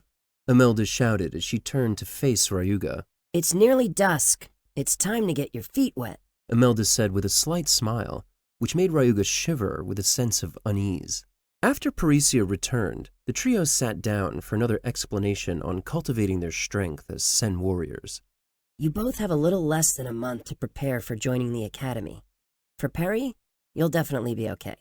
You've prepared with me for quite some time. As far as Ryuga, however, there's much work to do. There's only one course of action we can take.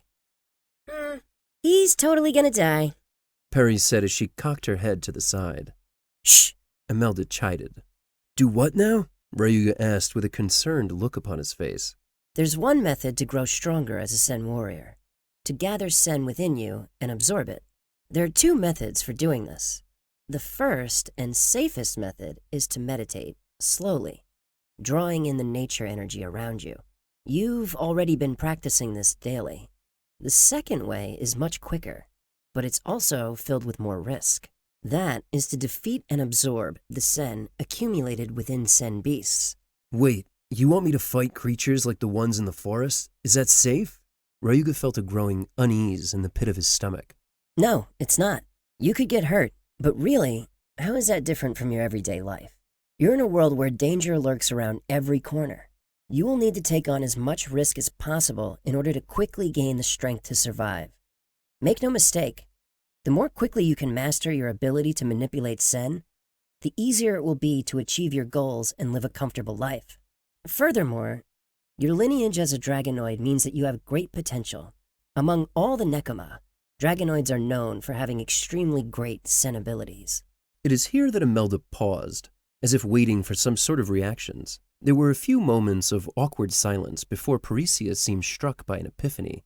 Then she said, very loudly and forced, A Dragonoid? That's amazing. I've never seen such a thing. I knew it. Imelda sighed as she palmed her forehead. Eavesdropping Nekomata. Imelda shot a glare at Perry, who laughed nervously. Well, since you've heard everything, that makes this all less complicated. Both of you, take out your crystals. I'll show you how to assimilate them. Ryuga and Parisia did as instructed, holding the small crystals in their palm. These crystals are called urite. They are a type of crystal that can be used to record specific energy patterns. Everyone has a different energy pattern. You could think of these like fingerprints for your mana. The moment you filtered your energy into the urite crystal, it became attuned to you. It has several other unique abilities. For example, Imelda paused, holding her right palm face up. Her hand glowed with flowing energy as a crystal slowly appeared, as if it rose directly from her flesh. you can absorb this crystal and carry it within you. Are you following me so far, Ryuga? Ryuga nodded in affirmation. Though many of the terms she used sounded foreign, the concept itself wasn't very difficult to wrap his brain around, so it seemed straightforward. I understand, but how does that work exactly? Ryuga then asked. That is what I'm going to show you. Both of you, take a position of meditation. The assimilation technique, known as Gather Sen, is one of the most basic spells you can learn. To cast the spell, just follow my lead. Imelda sat down as well, in a meditation pose, and raised her hands to a prayer-like position before her chest. With the crystal between your hands, bow your heads and close your eyes. Allow the Sen around you to flow into you, as you'd normally do with meditation. Then, focus your intent on the crystal. You will feel the sensation of heat rushing into you. Hold your pose and focus your mind until the sensation fades. This is the Gather Sen technique. Try it now. The students did as instructed. Ryuga, in particular, closed his eyes and focused on the feeling of the crystal between his hands. Soon, he could see the crystal in his mind's eye, and feel the sensation of warmth flowing from his hands into his solar plexus. This energy then radiated into every corner of his body, so much so that he was being filled with a warm energy. Just as Imelda instructed, he focused until the feeling disappeared completely. After just 3 short minutes, Ryuga opened his eyes in wonder. Did I do it? I think I did, he said as he parted his hands. Sure enough, the crystal had completely disappeared. Very good, Ryuga, Imelda said with a smile as she nodded towards Parisia, who seemed to be having a tough time. The young cat girl had a vein throbbing in her forehead. She seemed to be trying to force the process with all of her might. 15 minutes later, Parisia finally managed to assimilate her crystal, and the training session continued. Once you've pulled Erite into yourself, it becomes your soul crystal. It forms the foundation of your soul sea. You can call forth your soul crystal with a thought, much like I showed you earlier. Give it a try. Both students obeyed her directions and easily called forth their soul crystals. This is the only way you can judge the strength and rank of a Sen warrior aside from intuition or estimates. Soul crystals are an accurate measure of your current capabilities as a Sen warrior. For example, if you focus on your soul crystal, you can see 2 categories of information. Your potential is symbolized by the spectral wisps. In order to read these, you take note of the shape of the wisp as well as the color and number. So, using Ryuga's example, there are 14 dragons, 3 of which are golden. The rest of his spectral wisps are silver. To understand this, you need to know a bit more about how strength ranking works in this world. There are 14 ranks as a Sen warrior. These are represented by letters, D being the least powerful, and OSS being the most powerful. For a point of reference, most Sen warriors never test higher than rank A. Even the strongest Sen warriors in the world currently only reach rank M. The final 3 ranks are considered celestial ranks. Very few ever obtain them. And those that do obtain the power of the gods. The potential you see within those spectral wisps show you the limits of your power. In other words, Ryuga, you have the potential to obtain the power of a god, but only if you devote the proper time needed to realize your potential. The second and most important thing your soul crystal shows you is your current ability. To the left of the spectral wisps, you will see a letter rank followed by a title and a number. This is the measure of your current strength. As I mentioned earlier, there are 14 different letter ranks. Those are known as outer ranks. Your current outer rank is D, which is the lowest possible rank for a Sen warrior.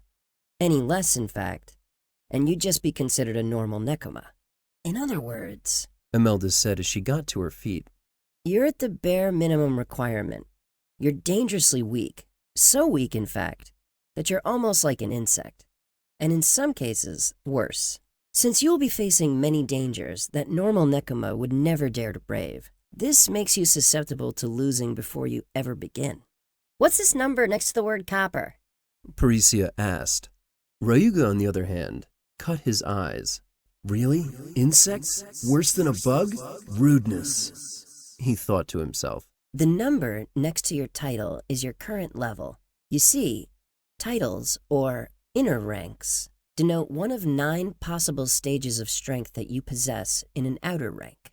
Each inner rank has within it 100 levels. If you reach level 100, you must then break through to the next inner rank. Break through your 9th inner rank, and you will reach the next outer rank. Are you following me so far? So, basically, every 100 levels I can rank up? That doesn't sound too bad. Parisia said as she glanced at her soul crystal. It seems you don't understand, my clueless kitty. It actually means that in order to raise your outer rank, you need to amass 900 levels.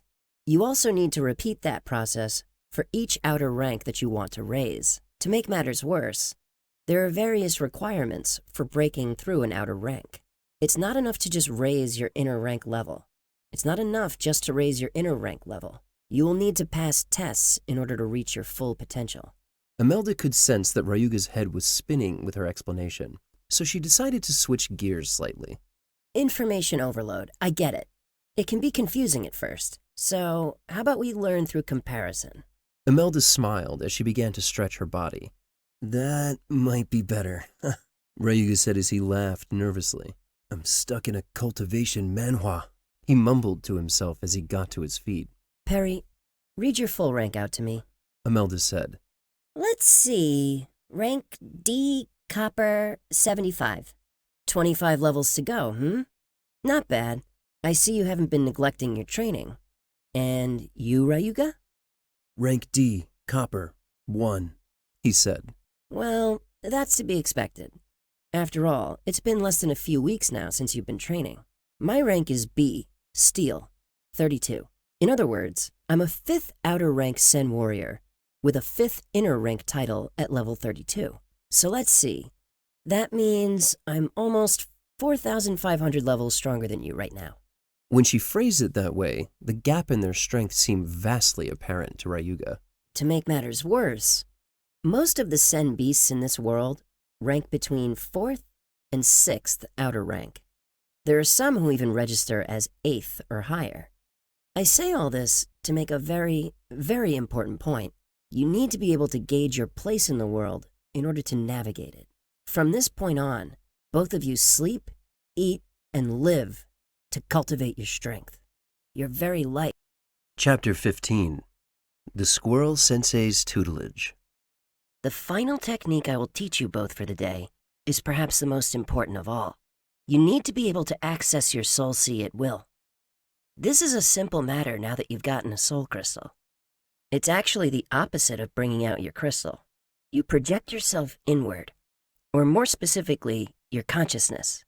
The soul crystal acts as an anchor of sorts that allows you to reach your deepest self. This place is what Sen warriors refer to as the soul sea. Imelda said as she paced back and forth, stopping for a few moments. It seemed to Ryuga she was struggling to find the words. The soul sea is... how do I explain it? Well, honestly, it's an abstract, formless place.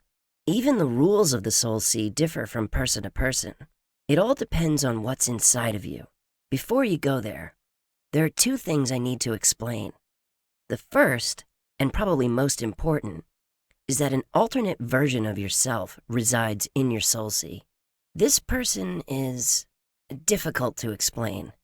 Needless to say, this is an extension of yourself. We can discuss this later. But for now, the concept of strength resides within your soul sea. As you absorb Sen energy, it accumulates inside you. The soul sea absorbs it, raising your inner rank level. You can also directly distribute your gains in your soul sea. This is the part which is abstract. But essentially, all you need to know is that when you arrive in the soul sea, don't be alarmed. The person you meet is a part of you that will help guide you in growing your strength. Now, sit down and relax. Close your eyes and focus your mana on the soul crystal inside of you. Soon, Ryuga felt Imelda's voice fade away. He had already begun the exercise and was immediately pulled into a familiar place. Rather than the dark, void-filled world from before, Ryuga recognized it as a place filled with ephemeral light. Before him was a rather large version of his soul crystal, about the height of a person and half as wide. Ah, finally, you made it. Ryuga turned to face the familiar voice. It was no one other than the mysterious young boy he'd met on several occasions past. You live here? Of course I do. You're me. Where else would I live? Good point, Ryuga said. So, if you're me, why are you so tiny? He then asked. Don't know. Maybe you're not ready for me to be bigger. The boy shrugged as he stepped forward. Listen, I know you have a ton of questions, but arriving here and staying here are 2 different things. You see, there's rules to acquiring the power you seek. You have to prove you're worthy after all. With great power comes great responsibility. The young boy said as he grabbed Ryuga and led him by the hand. Currently, you can only stay here for a few minutes at a time. These are the rules. so I need to explain a few things to you before you are forced out. First and foremost, you must understand the ground rules. 1. The Soul Sea, as your sensei calls it, is a reflection of your soul. You can grow gardens here, have cities. Your mind and ideas give it shape. However, you can only do this once you've won the approval of me, your ego. The young boy pointed to himself proudly with a smile. I see. So, what's your name, Mr. Ego? For now, just call me Drake. Drake, like the rapper? I knew you'd say that. No, Drake like the dragon. The young boy's eyes began to shine as the whites of his eyes turned black and his pupils took on a vibrant blue color. Ryuga watched in amazement as bluish-green scales began to form like a coat of armor on the boy's outer arms, cheek, forehead, and hands. The small horn on the boy's head also grew larger, black and sharp. No way! That's cool as hell! Ryuga said, dashing towards Drake and grabbing his hands. The scales on his body were so hard, yet pliable like skin. Thanks, but this isn't just my power. It's our power, Drake said with a broad smile. You mean I can do something like this too? That's... wow. Of course, but that brings me to rule number 2. In order to obtain power, you have to give something in return. What I require depends on various factors, but for now, we'll make it simple. Let's see, Drake said, placing his hand on his chin in thought. Collect 100,000 spirit particles. Just absorb them, and they will find their way here. If you can do that, I'll teach you the Drake's scale ability. This task might be a little difficult for someone like you, but I can tell you want to get stronger quickly. The easiest way to do that is to open up the first level of your Soul Sea, so that you can return here anytime. What are spirit particles? Ryuga asked. Just ask your teacher, she definitely knows. Now for the last thing I need to show you before you're sent back. Drake took Ryuga's hand once more and pulled him closer to the soul crystal. Touch it, he directed, prompting Ryuga to place his hand against the large crystal. Immediately, several game-style menus appeared before Ryuga. What's this? He asked. It's your way of organizing the purpose of this crystal. Well, one of its purposes anyway. You can use these menus to customize which aspects of you want to improve. You see, when you raise your inner rank level, you grow stronger all around in every aspect. It makes it really easy to become strong. By comparison, a normal being might have to train for hundreds of years to accumulate the sort of strength your sensei has obtained in a fraction of that time. Drake explained. Here is the amount of sen you've already collected, represented in a form that you comprehend. Drake said as he pointed to a number in the upper right of the screen directly in front of Ryuga. You can distribute this amount into any of these categories. Drake continued his explanation, pointing to a section labeled Strength as an example. As you can see, each section has various subcategories. Taking Strength, for example, you can invest in things like lifting, leaping, conditioning, grip. These fine nuances can be used to custom build your path as you progress. Wow, this is beyond words. There are so many options here. I can customize all of these, and you're saying it will have a real-world effect on me? Exactly. You're like a video game character. Well, any Zen master can do this, but their interface will be different. I bet that cocky cat girl's interface has something to do with fish. Ryuga chuckled, prompting Drake to feel pleased with himself. Well, that's all I can show you for now. Your task to gain access to the first level of your Soul Sea is to collect 100,000 spirit particles.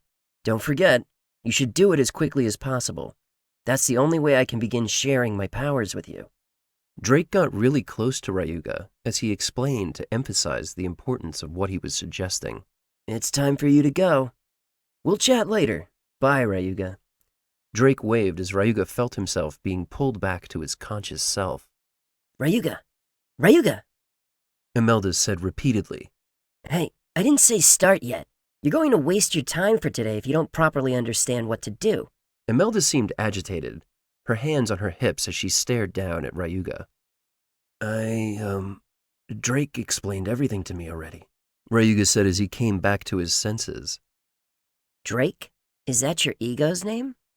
You mean he already shared his name with you? Imelda seemed taken aback.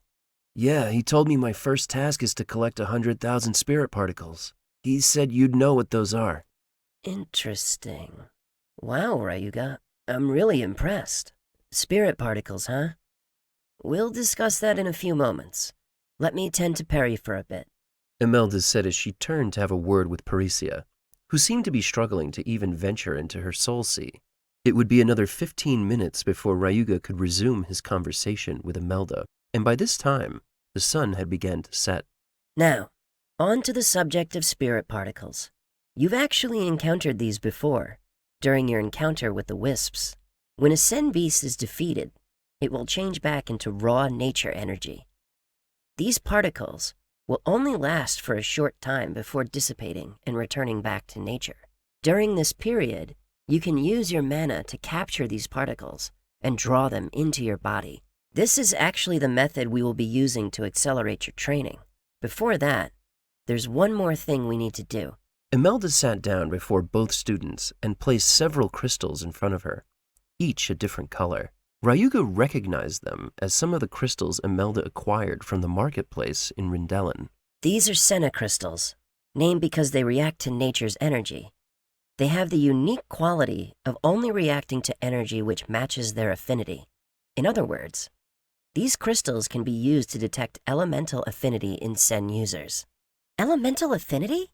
Parisia asked, a puzzled look on her face. Yes. There are several different types of elements in nature. Fire, water, earth, and so on. Nekoma are born with a natural inclination to one of these elements, and these crystals will reveal which. Although, if this set of crystals won't react to your energies, we may be hampered slightly with my training plans. Why? Ryuga asked. Well, the simplest answer is that absorbing elemental energy that matches your affinity will help you grow faster and stronger. Imagine for a moment that you have earth element affinity. Then you could meditate in the mountains for better results. Likewise, hunting earth attribute Sen beasts and absorbing their spirit particles would yield the best results as well. I get it. What's your elemental affinity, Sensei? Parisia then asked. I don't have one. My affinity is non-elemental. It's rare, but that's also possible. Ideally, it would be best to have at least 8 different types of Senna crystals, but it can't be helped. For now, we will test you against these. Perry, you go first. Come, sit before me and focus a bit of mana into your hand. Next, you touch each crystal in order. The crystal that glows is your elemental affinity. Parisia nodded and began touching the crystals from left to right. Finally, on the third try, the crystal began to glow, revealing Parisia's affinity to fire element. A fire cat. I should have known based on your personality. Imelda said with a grin. I can't tell if that was a compliment or an insult. Parisia commented. Imelda just smiled, then motioned for Ryuga to take his place before the crystals. Imelda? What's happening? Ryuga asked as he focused energy into his hand. Before him, the row of crystals were pulsing lightly, each and all. This is strange. Imelda said as she glanced down at the crystals. Maybe this is a bad batch of crystals. Hold on. Imelda directed as she reached into her pack and pulled out the second set of Senna crystals, placing them next to the original 4. Once again, all 8 crystals began to pulse as Ryuga waved his hand near them. This is impossible. Ryuga, step back for a moment. Parisia, take your test again, please. Imelda said as she watched the crystals closely. The results were the same for both sets of crystals. The fire Senna crystal activated both times. Ryuga, once more. Imelda said, her eyes widening as the crystals began to pulse lightly before Ryuga could even lay a hand on them. Ryuga, this is... I've never heard of a Nekoma having more than one elemental affinity. Even the masters only have a single one. So, what does that mean? Ryuga asked, a bit puzzled. This means you can use 4 different schools of elemental magic. This is incredibly rare. I dare say you're the only person in the world who has this ability. I wonder if this is due to your dragonoid heritage, or fire, lightning, growth, and water elements. You can use any of these energies to speed up your growth. This will help you greatly in your goal to grow strong enough to find your companion. Wow, Stinky Human, I'm impressed. That sounds really cool. Parisia said. Normally, it was difficult for Ryuga to determine if Parisia was being facetious or serious, but this time it was sincere. Must be nice. Parisia said, pouting a bit as she glanced over at Ryuga. Indeed, this was an unexpected blessing. I wonder just how many more unexpected surprises lie within you, Dragon Boy. Imelda said with a grin as she gathered up the senna crystals. She handed both of the fire crystals to Parisia and the rest to Ryuga. Why does he get more than me? I'm the senior student. Parisia said as she feigned disapproval. You know you're my number 1. Imelda said as she reached over to rub Parisia behind the ears. This caused her to arc back, her tail flitting to and fro as waves of calmness ran through her body. See? I never pet Ryuga. Imelda said before motioning for both students to follow her. It's finally time to put all you've learned today into practice. The trio walked for some time, until they could no longer see the hut. It was getting dark now, and Ryuga had an inkling of what was about to happen. Are we really going to fight Sen beasts? Last time, there were so many. We almost died, Ryuga said as he recalled the pain assaulting his body during the last encounter. Yes, it's something you have to come to grips with. Also, this is the best and quickest method for you to cultivate your strength. But don't worry, I'm here with you, and the creatures in this area are extremely weak. In other words, if you can't succeed here, you won't succeed anywhere. Imelda said as she led the two further into the forest. Within 30 minutes, the sun had set completely, and Ryuga felt a strange sensation prickling his spine.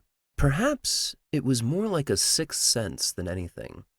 He could feel a definite shift in the air, signaling the coming of the Sen beasts. Both of you, stand near me. Don't leave my side, no matter what. I'll take care of the first few. I want you to focus on gathering the spirit particles that are left behind. How do we do that? Ryuga asked, his eyes shifting around the area. He could swear he heard noises coming from the trees. Use your mana. Focus on the particle and visualize encasing the spirit particle in a thin layer of energy. Then draw it towards you. You can absorb it like any other Sen energy through meditation. But how will we meditate during combat? That's asking a bit much to sit down while you're fighting around us, isn't it? That's why I'm here. Relax and trust me. It's time for me to show you my skills. Imelda said confidently. The trio needed only to wait. Soon, the familiar glow of the sheet-like creatures began heading in their direction, their movement more like jellyfish swimming through the night air. It's time. Focus, for this too is training. You have 1 hour. Imelda said as she stood, arms crossed, as the creatures began to swarm. It wasn't that Ryuga didn't trust Imelda. After all, she'd taken him in and fed him thus far without asking for anything in return. Still, he wanted to witness how she planned to take on so many of the wisps. At least 24 had shown up.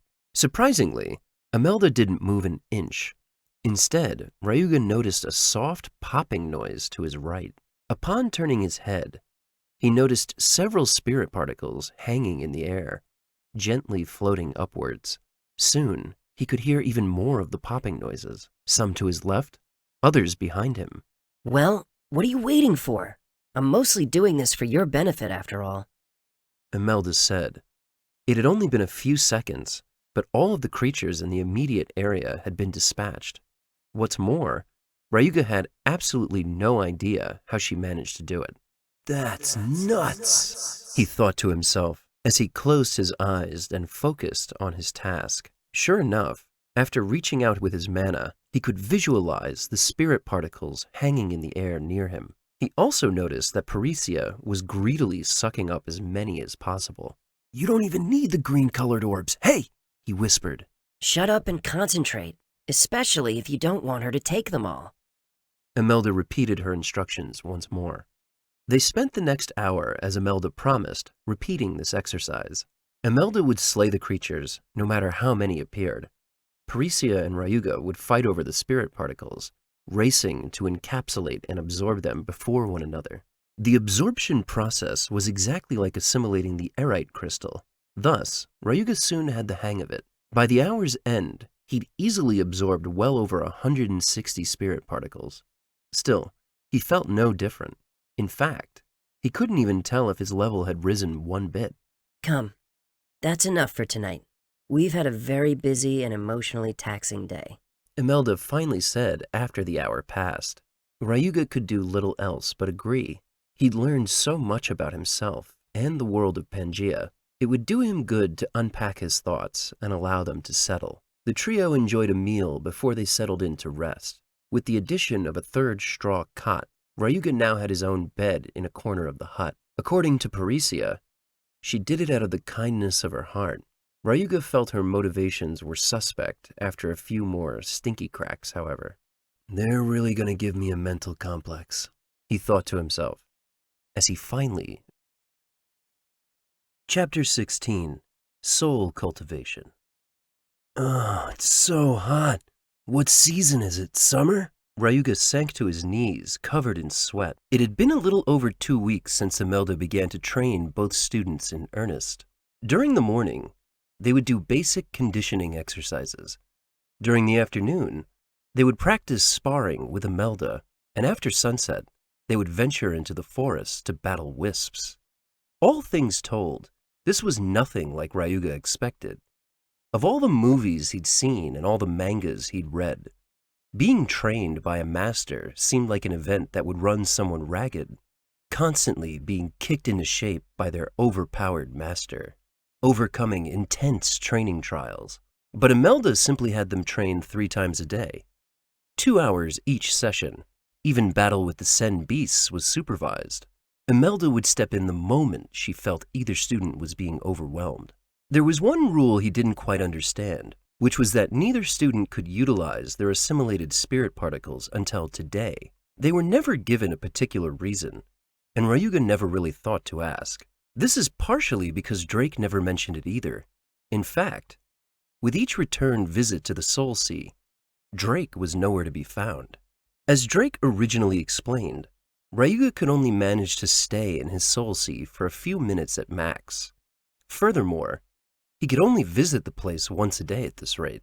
The task given to him by Drake seemed trivial at first, but Ryuga soon realized that 100,000 spirit particles was actually a massive number just starting out. At their current pace, Ryuga managed to collect just shy of 1,600 spirit particles.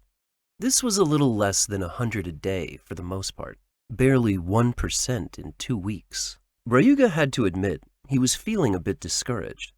The only silver lining is that he'd managed to raise his level at a rate of 1 per day. He couldn't really say that he felt any stronger than before, though. Summer? What's summer? Parisia said as she took a seat on the ground under shade of a tree. She stripped down to her undershirt, sweat pouring from her brow and rolling down her neck. It was one of the first times Ryuga actually realized she was a woman. Her curves drew his eyes, and for a moment, he caught himself staring. A moment Parisia seized upon. Oh? Do you like what you see, stinky human? She said, getting to her feet as she struck several stylish poses. Ryuga felt his face growing flush, definitely not from the heat, as Parisia grabbed her breasts and began to jiggle them at Ryuga. Stop that, ninny, Imelda said as she hopped up and smacked Parisia on the back of the head. The young cat girl immediately fell to the ground and began to roll about in pain. Break's over. Today, we'll be distributing your accumulated gains from training. Perry, get up and stop acting like a child. Imelda motioned for both to take a seat before her.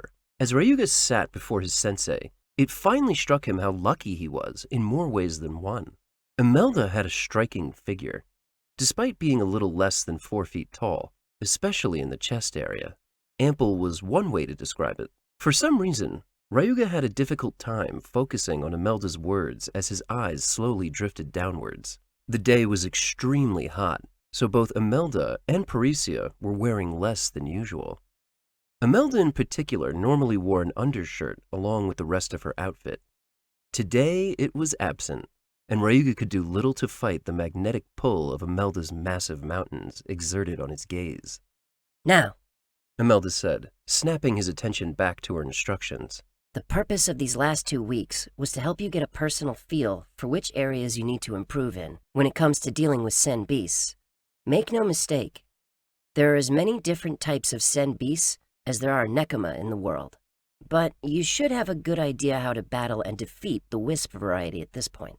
Base your choices on that, because tonight, for the first time, you'll both be training on your own. Wait, what? But I'm not ready, Ryuga protested. Parisia, on the other hand, didn't seem bothered at all. No one's ever ready mentally for unexpected challenges. One thing I can say, though, is that you and Parisia both have the ability to take on an enemy of this level one-on-one. It's like swatting flies at this point with your current ability. The problem will be how you manage to take on dozens at a time. Also, are you satisfied with your current pace, Ryuga? You're not even remotely close to collecting the amount of spirit particles you need. At the Academy, you'll be expected to use your Soul Seed freely within the first month. This means your only time to collect spirit particles like this will be now, since you'll be busy for the first few weeks. Ryuga could only sigh. He knew that Imelda's words were true, but he couldn't help but feel afraid. Perhaps some kind of fear had been implanted in his mind due to his first encounter with wisps. Besides, when you're by yourself, you won't have to worry about Perry stealing all the spirit particles. Imelda smiled, then nodded solemnly. That is true, but... Ryuga still didn't seem too convinced. Relax. Starting today, I'll be teaching you martial techniques. With more ways to attack and defend yourself, you should be good. Although this too will depend on you.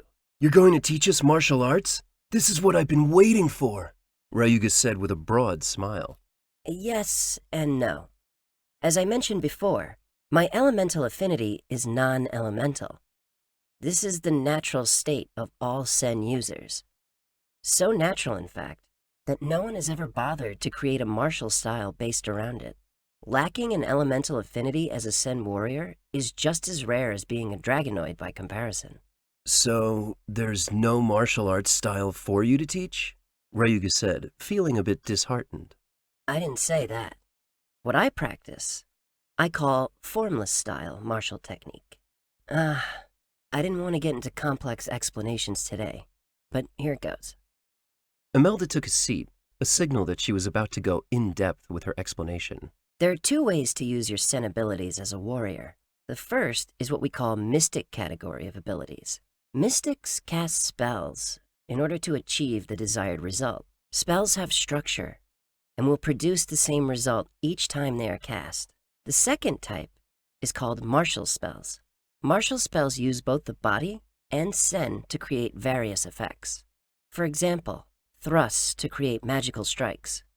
However, for me, I never needed to learn martial styles, and all of the mystic spells are so easy and commonplace that even normal Nekoma can cast those spells. An example of this is the spell I cast on you to give you the ability to communicate with me, Ryuga. This led me to create my own style of sorts. It is fluid and dynamic to a degree. I shape Sen and guide it. This isn't an approach that people would normally take, as there are some drawbacks to using this method. For example, it requires using more of your mana than if you were to use the other 2 methods. It also takes much longer to create complex shapes and constructs, and the size matters as well. Normally, it's just not useful in a fight where life and death can be decided in seconds. However, with much practice, I can do things like this. Imelda stretched out her arm and extended her palm facing outward from her side. Ryuga watched in amazement as dozens of small, translucent squares appeared and traveled outwards like bullets. They struck a nearby tree with such force that the bark twisted and popped as the small box-shaped constructs hit. Within moments, Imelda had taken down the tree. The sound of the trunk snapping thundered through the air as the tree slammed to the earth. That's amazing! Parisia shouted as she nearly knocked Ryuga over in her bid to react to Imelda's display. Teach me! Parisia shouted. The thing is, you have even better techniques at your disposal. There are hundreds, if not thousands, of fire element martial and mystic techniques to learn. When we reach the academy, you'll be exposed to all sorts of things. Imelda said with a pleasant smile. In other words, this is a style that's best suited to me. What I can do is analyze your strengths and weaknesses and work with you to develop a formless style that makes you much stronger than you currently are. It will be sufficient until you learn to properly utilize your elemental natures. Imelda, having finished her explanation, finally got to her feet once more and beckoned for both students to do the same. Let's get started. Time is of the essence. Imelda launched into coaching her students once more about the basics of formless martial arts. The more she spoke, the more Ryuga was awestruck by Imelda. He could tell she was extremely knowledgeable, particularly when it came to manipulating mana efficiently and effectively. This became apparent with another demonstration. As another example of the difference between formless style and mystic casting, Imelda created a large bubble of Sen energy, about the size of a basketball, and hurled it towards Ryuga. Caught completely off guard, he recoiled in the most uncool way, but the attack popped harmlessly. Parisia laughed her head off, and Imelda couldn't help but giggle herself. Now, again, watch closely. Imelda said as she formed another energy bubble of the same size. This time, however, it began to shrink until it was no larger than a die. "I'm ready now," Ryuga shouted, eager for redemption. Are you now? Imelda said with a teasing smile as she directed the energy bubble away from her student. Instead, it slowly floated across the clearing to a large tree. This is taking forever. Parisia said, notorious for her short attention span. "I could have handled it," Ryuga pouted. Just look. Imelda said as the bubble finally touched the tree. There was a loud popping sound, followed by the force of an impact as the tree was blasted into splinters. Imelda smirked after having seen Ryuga's face. Priceless. She thought to herself. When using magic, the steps you take are just as important. The order in which you take action also affects the outcome. In this instance, I created a bubble of Sen energy using my mana. Then I reinforced it by constantly cycling more of my mana into the bubble to make it rigid. Finally, I condensed the bubble as much as I could. The result is as you see here, Imelda said, pointing to the shattered tree, which was little more than a standing tree stump. Mystic spells take care of these series of steps by guiding your mana in specific ways automatically, while a formless style requires manual processing. In other words, you have to master various steps in order to be able to efficiently use formless technique. However, Imelda paused for a moment, taking time to crack her neck before continuing. When you master all those steps, you can do something like this. Imelda lifted her right hand high above her head. Almost immediately, Ryuga noticed the flow of mana covering her fist. This mana then expanded upwards and outwards into the shape of a giant paw. Imelda then swatted her hand downward, leaving a large paw-shaped indentation on the ground before them. "Holy shit!" Ryuga said, absolutely floored by Imelda's display of power. You can praise me. It's okay. Imelda said with a smirk. That's amazing, Sensei. What do you call it? Perry exclaimed, her eyes practically twinkling at the display of skill. I'm not sure. I just came up with it on the spot. Let's call it cat's paw technique. Would you like to learn it, Perry? It would be perfect for you. That's so awesome. You can create any structure you want and then just blow things away? Ryuga could also no longer maintain his excitement. Yes and no. There are rules to using magic, just like anything else. But once you understand those limitations, you can often find ways to defy them. Formless technique had many, many smaller techniques associated with it. But Imelda began by teaching them two of the most common. Pulling is a technique where one uses their own mana and also pulls mana from the environment in order to prepare for a technique or attack. The other was energy manipulation. Naturally, the larger a mass, the more difficult it is to move it. The same held true for magic, so Imelda had them begin by creating large spheres and moving them around while gradually decreasing the size of the spheres by condensing them. After a half an hour of practice, both Ryuga and Perry had managed to learn the principles behind basic non-elemental magic blasts. They spent the rest of their time learning evasive and defensive techniques, which for the most part resulted in Imelda beating them with various punches, kicks, and attacks. Just 1 hour before sunset, she called off their intense training so they could finally venture into their soul sea once more. Listen, Ryuga, I realize you're concerned. After all, it's natural to have fears after nearly dying to horribly weak beasts. Imelda got really quiet, to the point where the air began to feel stale and awkward. This inspired a side-eye from Parisia, who was looking on in the background. Ryuga could see her face twisted with amusement as she taunted him silently. But if you're that concerned, just remember this. You're at level 14 now. Also, you can use your soul seed to compensate for your weakness or empower your strengths. But I don't really feel stronger, Ryuga protested, causing Parisia to giggle even more. And you, Imelda said, spinning around to face Parisia. You've been battling these creatures for nearly 2 months now. What's your excuse for bringing him back in such a sorry state? Bruised and bloody. Her lecture lasted for a good 5 minutes. There was a certain joy to be had from watching Parisia flit her tail like a sad sack, ears twitching solemnly. After Parisia's lecture and Ryuga's encouragement, it was time to visit their inner selves once again. Drake? Drake? Ryuga shouted as he glanced around. His ego was nowhere to be found. Realizing that he had very little time, he decided to distribute his points as quickly as possible. Can't die if they can't hurt me. All in, defense, baby, Ryuga said as he madly tapped on the word defense over and over again. I can't leave you alone for 2 minutes. Behind Ryuga was the sound of sighing and exasperation. Drake, where have you been? It's tiring to have to come all the way up here so often. I live on the bottom floor, honestly. Also, when you click that button, you invest in all of your defensive qualities. That's not really bad, but you might do better to... never mind. I'm just gonna help you out. But absolutely no more help unless you pass the level 1 test. Drake motioned for Ryuga to get down on his knees, then touched him on the forehead. Ryuga felt a strange sensation, almost like a gentle current of electricity running through his brain. Skill acquired, Drake's scales. The alert popped up before Ryuga's eyes, lingering for a few short seconds before disappearing. What's this?